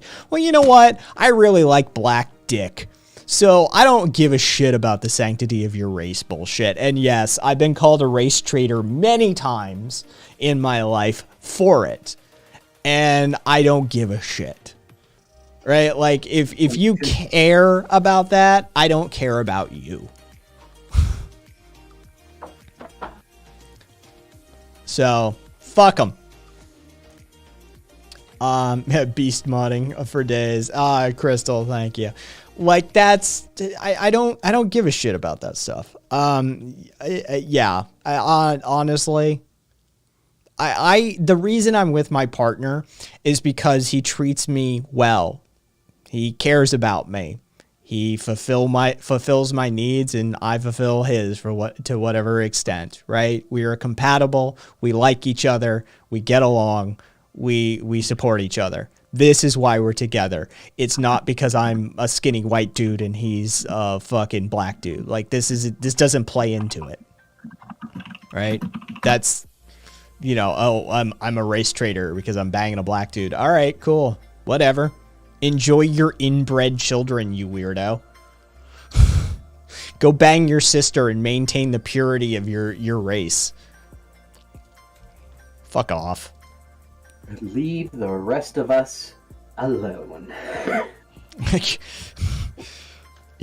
You know, enjoy being a part of some collegiate genetic study that ends up being done because you have such fucked up genes as a result of it. Oh,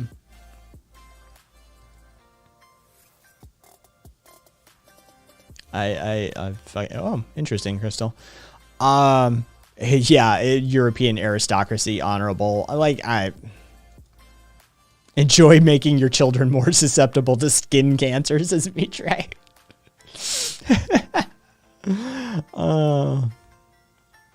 God, to think, what if What if somebody became like a breeding eugenicist and they're like, I'm gonna breed the perfect white person, and it just makes the most debilitated human on earth? Like they can't even walk outside, the sun just kills them. Have you seen the last vestiges of the Habsburg dynasty?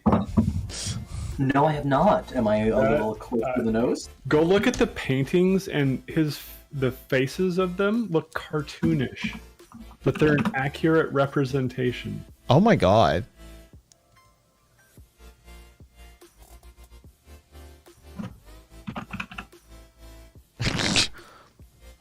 No jawline, sunken eyes. Major butt chin. Like, people think that that's like a cartoonish caricature of somebody, of an emperor they hated. No, that's a full-on accurate representation of what his head looked like. I mean, here's a living Habsburg.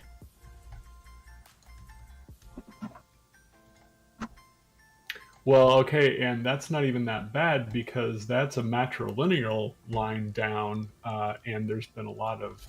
Here are some of the historic Habsburgs. The one all the way on the right, I think, is Charles.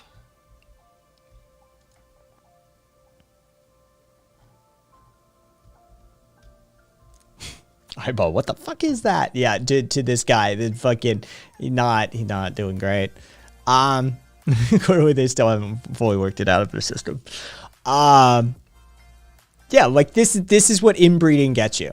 This is the pure Aryan race at work, folks. And they're not even Aryans. Aryans are North Indians, right? Pegging that down correctly. This is what the pure white race looks like, folks. And keep in mind that like 1 or 2 generation of inbreeding really doesn't do that much harm. This is generation after generation after generation after. This is like 8, 9 times down the way, and it was all because marriages led to property and capital being withheld within the family. Yeah. Oh, yeah. All marriage, traditional marriage. When these assholes talk about traditional marriage, what they're talking about is a business arrangement. Who's the Zuckerberg-looking one on the right? Said Duffy. My wife said I should treat her like a princess, so I married her off to a guy in Poland for an alliance. Let me try and find out who the one on the right was. Look up Emperor Charles. His painting. The second? The one that controlled both Spain and Austria and Yeah, Naples. I think that's Charles II of Spain. Is that the one who's chewing on his own nose in his portrait? Basically, yeah. Yeah, here he is. Here's his portrait. I know it looks photoshopped, folks. It isn't. That he looks like a cartoon, but it's not. Oh. The amount of health problems that guy had.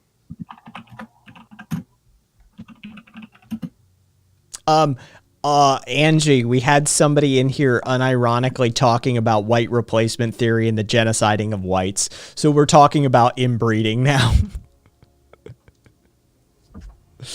Oh. It makes sense. Here's another portrait.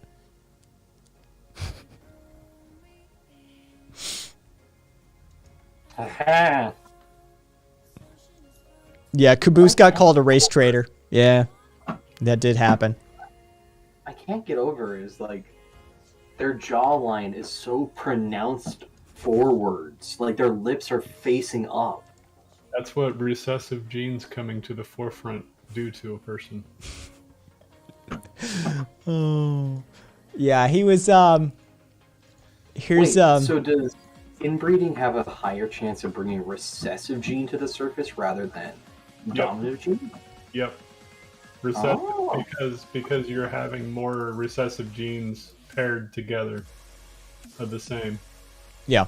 What normally would be canceled out by a dominant pairing within a properly within proper interbreeding rather than this fucking inbreeding bullshit. What normally would be canceled out by a dominant pairing is now being reinforced due to the recessive pairing. Yeah, and you end up with that. Oh. That's a foot, right? Says Time to Duck. Like, that's just a foot, right? That's a picture of a foot.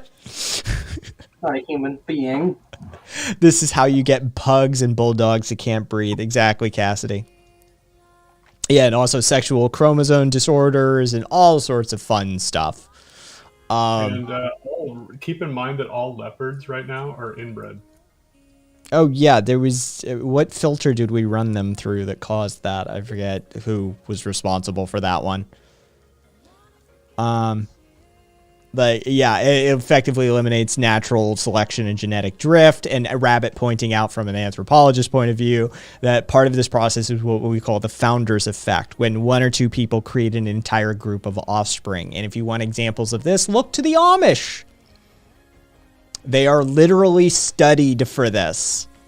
They have such amazingly fucked up genes.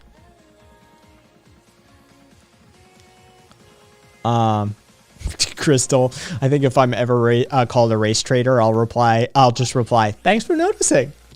I honestly, I've never, like, it's never factored in. There's fun parts. Aesthetically, I've always liked Southeast Asian guys. There's something about their aesthetic that I find appealing. There's something very appealing for me is like sort of, I'm the bottom. I'm some, I'm the girl in the relationship, to do that creepy straight fucking talk.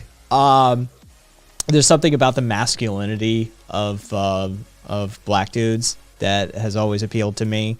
But I've been with white guys. I've been with everybody. Like, it's, I couldn't imagine excluding somebody simply because of their race. It's up to you to do it. I would never condemn somebody as to be a racist because they wouldn't sleep with somebody of a particular race. It's not something I would do. But That's a matter of attraction, mostly. Yeah, for myself, I think everybody's got something. Everybody's got a little something in the tank that I can find appealing. It's like somebody once asked me, like, if I would ever date a trans woman, and I was like, well, A, no, because I'm married, but B, it's like I have a particular type of girl. And if that trans woman matches the girly girl type of girl that I like, then yeah. I'm in the other camp with that one. So technically I'm a transphobe. Yeah, it just, biological males are what do it for me. It doesn't work the other way for me, Guy is super gay. Yes, I like the dick. It's part of the selling point. Elliot Page was looking pretty masked. I haven't seen him recently. Not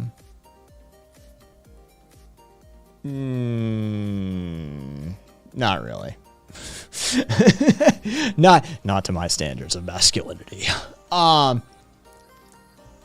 But you do you. Like, again, I would never get in anybody's bedroom and tell them what's what. That's an intensely personal thing. And I think when we take politics into that arena, it gets really fucking creepy. When you start telling people who they should and shouldn't sleep with outside the confines of, hey, can you not make inbred babies? That'd be great. Thank you. Beyond that, that's about as far as I'm willing to go as an individual.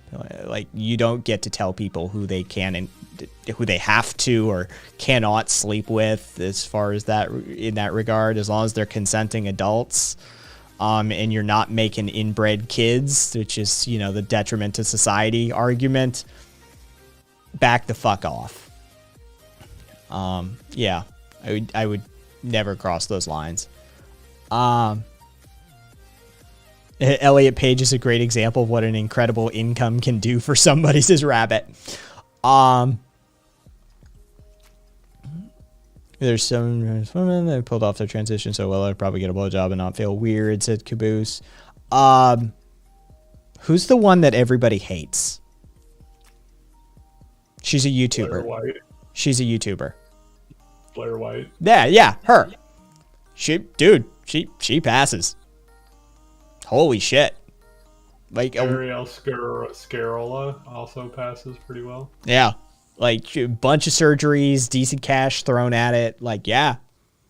But for somebody like Katie Montgomery, if you look her up, she passes, and she doesn't have a tremendous amount of income, but she was also, I believe, able to take blockers, so that helps. I don't, Montgomery. I don't know that name. Katy. Oh, yeah, I'm looking her up. Oh, yeah, I wouldn't even have guessed. Arden of Eden is another one that passes really well. Yeah. But it's a little different. Oh God, I'm gonna get in trouble, aren't I? It's a little different, male to female versus female to male. It is.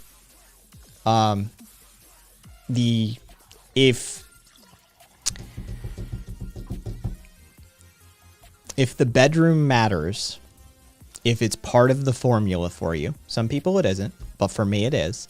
If the bedroom matters in that regard, then our surgery techniques are far more advanced in one of these two categories. Male to female, we can do a hell of a job. Female to male, we can't. And so for someone like me who Kat describes as aggressively gay, I like the dick. I do. Like, it's a huge part. Like, I know, like, the gay community has fought for years and years and years that being gay isn't all about sex. No, but to deny one's own sexuality, like the sexual component of one's relationship, is asinine. And it's a huge component for me. And so, yeah, it's different in that regard. Transatlantic call-in show crew for the win. She still got told by a conservative that she should grow out her mustache. So harsh from people she agrees with. Crystal, got to have a blood-filled member. Yes. It matters. To me, at least. Like, for some people, it doesn't fucking matter. And to them, I say, mad props, enjoy. But for me, it matters. Yeah. I think there's excuses that is normally given, though, by people that say they would never date a trans person are pretty weak. Like saying, oh, I wouldn't date a male to female because I want kids. Well, you can adopt. There's so many ways. But Swede, a good portion of people who want kids are just doing it for the ego anyway. They want a little version of them running around. Yep. So, I mean, that's very. How many parents, how many fucking kids groups you've been in? You've met those people. You've seen them. There's like a third of the parents. Just admit it. You have a genital preference. And I'm fine with that. Like, I'm perfectly fine owning up to that. Like, I really do have a genital preference. And it almost feels wrong to call it a preference, because I've had this so-called preference, which I don't like, by the way. It's, oh, you have a genital preference. It's not a genital attraction. Yeah, it's not so much a preference. Kind of written. Yeah, it's kind of written in stone, as it were. But yeah, like it's kind of a necessity. Naming your kid after yourself, Cupcake. I've never thought of it that way. I would if I like somebody that's usually not related to their genitalia. See, for me, it matters. There you go. Super Straight says your non-transphobic explanation. You can start calling them real women now. Angie, do you remember the man or woman daytime talk show specials? Most people were shocked at not being able to always tell. No, I don't remember those, Angie, but I never watched daytime TV. That wasn't a thing for me. That was the Jerry Springer stuff. Crystal. Jesus Christ, Crystal. I've had threesomes and had no problem playing with boob, but a wet pussy was never touched by me. Yeah, no, I'm good. I'm good. It's the thought of that is not attractive to me. Yeah, and Elliot, 1511 Elliot, when you name your kid after yourself, when you name him Junior and shit like that, seriously, that's fucked up. That's fucked up. That's sign number one. That's a huge flag on play territory for me. Like, that's issues. Yeah. I'd say like a third of the people having kids are doing it for partially narcissistic reasons. Everybody knows you could adopt a kid. Everybody knows there's plenty of kids out there that need adoption. Why aren't they? Why aren't they being adopted?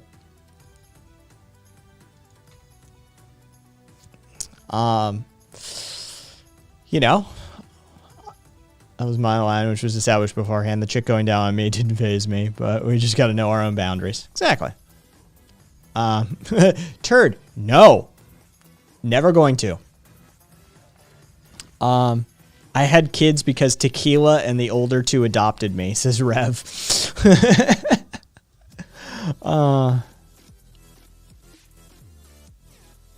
Caboose. Okay. The way I see it, there are cis women with aspects and qualities that I either don't find attractive or find unattractive. For trans women, I consider them a woman with an aspect that I don't find attractive or find unattractive. All right, Caboose. I see what you're saying. Gotcha. Gotta live your perfect life through kid. Crazy sports dad. Yeah. Oh yeah. Dance moms, pageants, beauty pageants, sports parents. Oh yeah. For sure, Elliot. There's a lot of that shit. Turd. Have you engaged in every single experience this world has to offer? How about cannibalism yet? Why deny yourself that experience? Right? Like it's sort of a kind of a shitty argument to take. Why deny yourself that experience? Because in no way, shape, or form am I physically, sexually, or aesthetically, well, some aesthetic. I can appreciate the female form. There's some amazingly beautiful women out there, but in no way, shape, or form am I physically or sexually attracted to women. I never have been. At no point in my life. Like, I mean, if you know straight people, like if you know like actual Kinsey 1 straight people, right? Like dudes that, no. Like there's no part of me that is turned on by another dude's ass or another dude's dick. Like it's just no. It doesn't do anything for me. I feel that way about women. There's no part of me that is in any way, shape, or form turned on or attracted to women in a sexual manner. I assure you, if you put a naked woman in my room and said I had to have sex with her, I would have to conjure super gay imagery in my head, really fucked up, kinky gay imagery in my head to get that erection going. It's going to have nothing to do with her.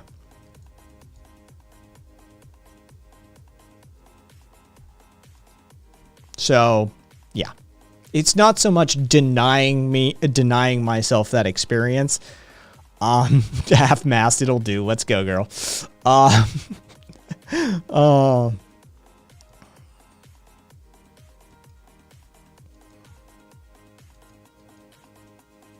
Yeah, it's just, I'm good.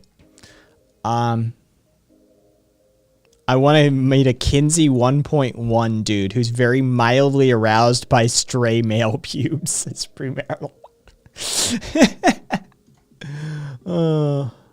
Oh, Jesus. The ancestry of King Charles II of Spain. Oh, that's problematic. Yeah.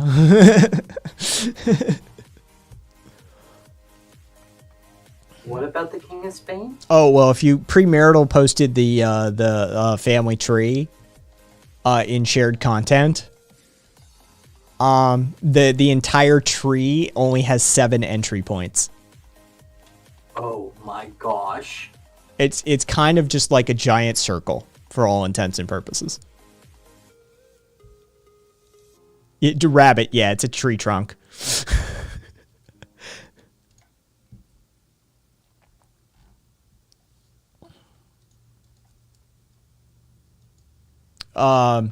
Yeah, Mitre, you've had some like airsats homosexual relationships of sorts. I won't name him, but I know one of your guys' names just sprang to my mind. You've mentioned him before, and you most assuredly have like, yeah, what I would consider an airsats homosexual relationship with that individual, while not being sexually attracted to him. Yeah. Meets a cutie. I wouldn't kick him out of bed, says Rabbit. Who said somebody was oh, it was Rev. If I can use it to troll people, it might improve my enjoyment. Fucking Rev. Jesus Christ. All right, so it is, yeah, it's after 9 o'clock. I am going to do something here. Eat that. And then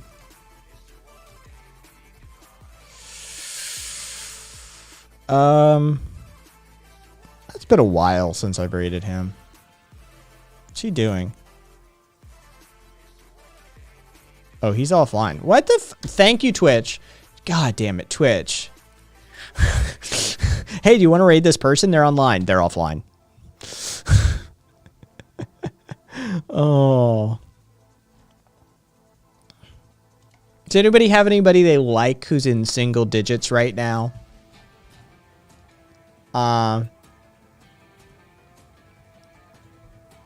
Me be holding hands. Exactly, premarital. Exactly. That's exactly how it works. That's why I always try and sneak it in.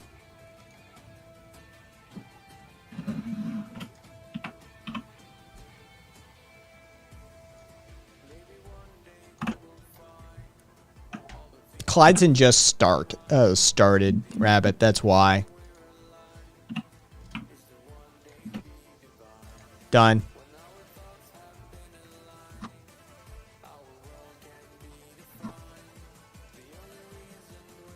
Clydesdon will be doing fine in a minute. We're gonna go raid a stoner. Why not? Either way, bad movie night on the server tonight. Like we said, we're doing stuff. It may be we'll see. We may do 6-string samurai plus like Birdemic.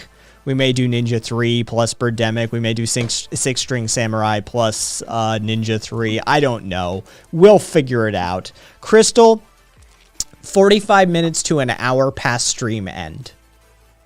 So when we you'll see us pile into voice chat. You'll see a few of us in there ahead of time anyway. So just look to voice chat in like 45 minutes to an hour on the server. We'll be in there. Everybody else, take care of yourselves. I'll see you on Monday. Or I'll see you for Anarcho Meathead tomorrow and Bad Movie Night tonight. Either way, hope yours was good. Can be. Till next time, guys. All right, that was like